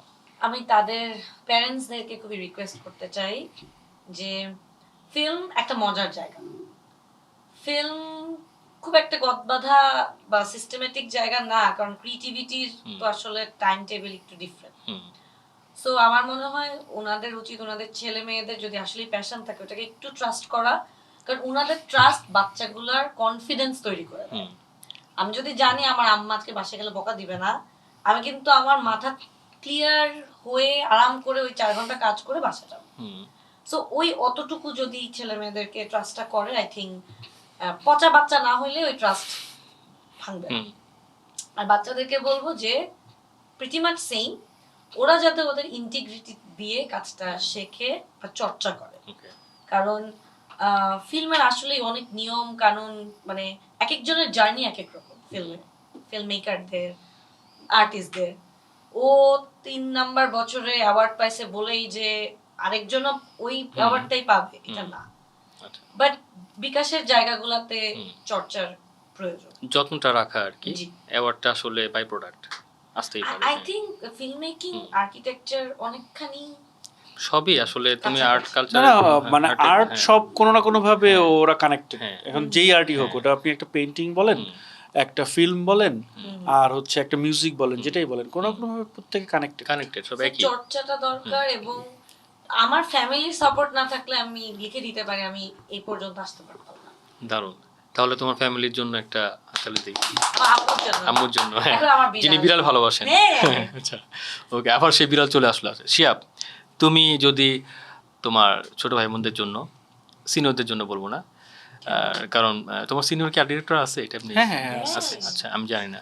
আচ্ছা, তোমার জুনিয়র যারা আছে বা যারা সামনে আসতে চায়, তোমার এই কাজগুলো দেখে যারা মজা পাচ্ছে, তোমাকে দেখে যারা মজা পায়, হ্যাঁ, এই লাইনে, কারণ মজা পায় শব্দটা বলছে যে কাজগুলো তো মজার, হ্যাঁ, ইন্সপায়ার্ড হয়, হ্যাঁ, তাদের জন্য তুমি যদি কিছু বলো 2-3 লাইনে। আমার কথা হচ্ছে যে অলওয়েজ নতুন কিছু এক্সপিরিয়েন্স করা ভালো। আর আমাদের এই লাইনে যেটা হচ্ছে যে বোর হওয়ার সুযোগ কম, কারণ প্রত্যেকটা নতুন প্রজেক্ট, প্রত্যেকটা নতুন চ্যালেঞ্জ, নতুন এক্সপিরিয়েন্স। সো এই লাইনে যদি কেউ কাজ করে তাহলে সে একটা থ্রিলে থাকবে, অলওয়েজ একটা ঘোরে থাকবে। কি এই লাইনে একটাই খালি প্রবলেম, সেটা হচ্ছে যে অনেক এফোর্ট দিতে হবে, কাজের প্রতি ডেডিকেশনটা থাকতে হবে, টাইম টেবিলের কোনো, মানে যদি 9টা-5টা অফিস চিন্তা করি, বা আমি যদি চিন্তা করি আমি আসলে এইটার ডিজাইন 3 দিন ধরে করবো, ওই সুযোগটা নাই। কিন্তু মানে এই লাইনে কাজ করে আর কি একটা মেন্টাল স্যাটিসফ্যাকশন আছে, মানে, এবং আমরা যেহেতু ফ্রিল্যান্স কাজ করি, সো ব্যক্তি স্বাধীনতা আছে।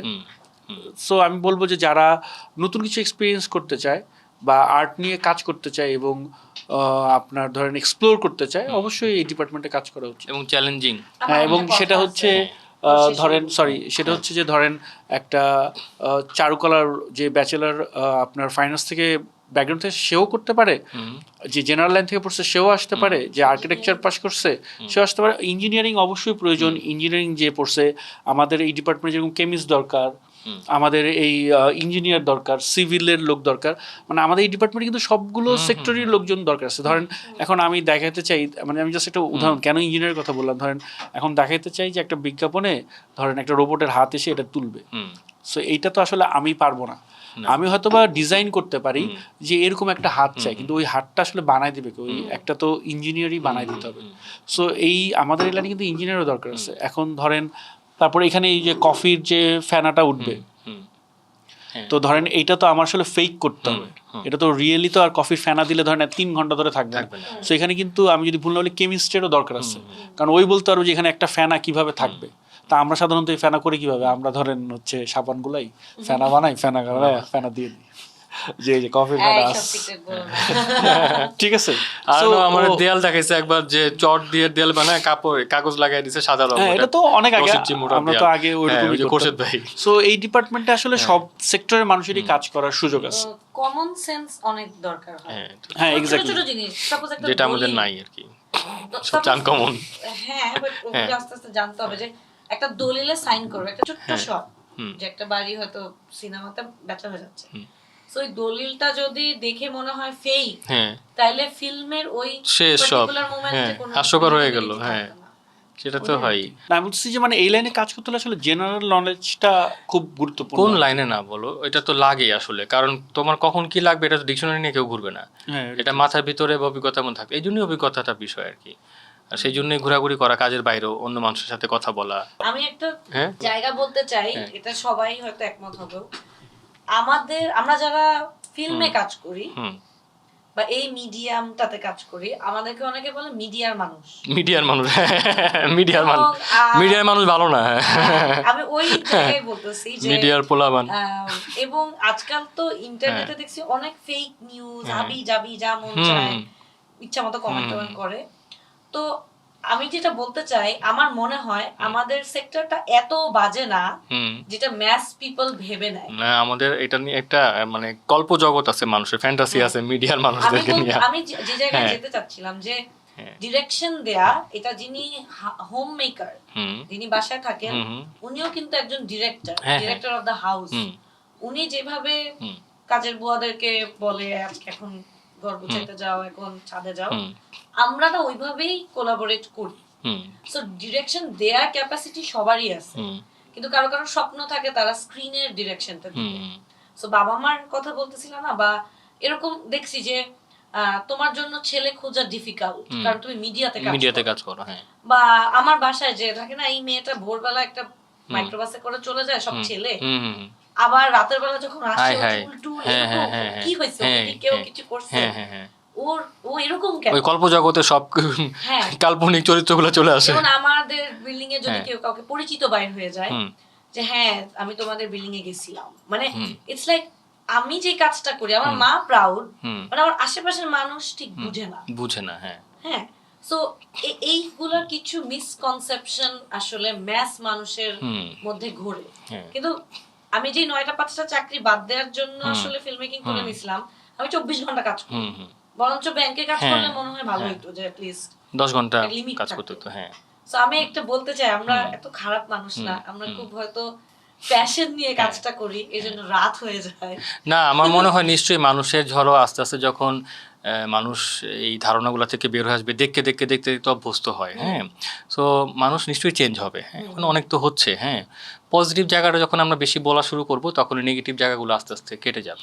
ওই জায়গাটাই আসার কথা। তো আমাদের শেষ পর্যায়ে চলে আসছি।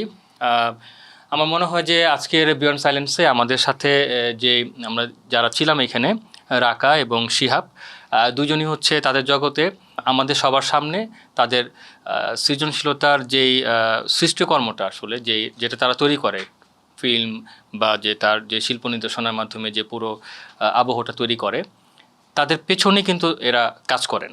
তো আজকে তাদের পেছনের গল্পগুলো, তাদের গল্পগুলো আমরা শুনলাম। জানি না কতটুকু কার কী উপকার হবে, কিন্তু আমরা চেষ্টা করেছি একটা আনন্দমুখর একটা আমাদের মধ্যে শেয়ারিং করার জন্য এবং সবার মধ্যে সেটা ছড়িয়ে দেওয়ার জন্য। নেক্সট কোনো বিয়ন্ড সাইলেন্সের আমার পডকাস্টে অন্য কোনো প্রফেশনের অন্য কোনো মানুষকে আনবো। তবে একটা কথা মনে রাখবেন, সবার সাথেই কোনো না কোনোভাবে অ্যানিমেলরা যুক্ত থাকবে, যেহেতু আমার মূল মোটোটা হচ্ছে পশু পাখির সাথে মানুষের সম্পর্ক, বিভিন্ন পেশাজীবীর যে সম্পর্কটা সেটাকে তুলে নিয়ে আসা। সবাইকে ধন্যবাদ।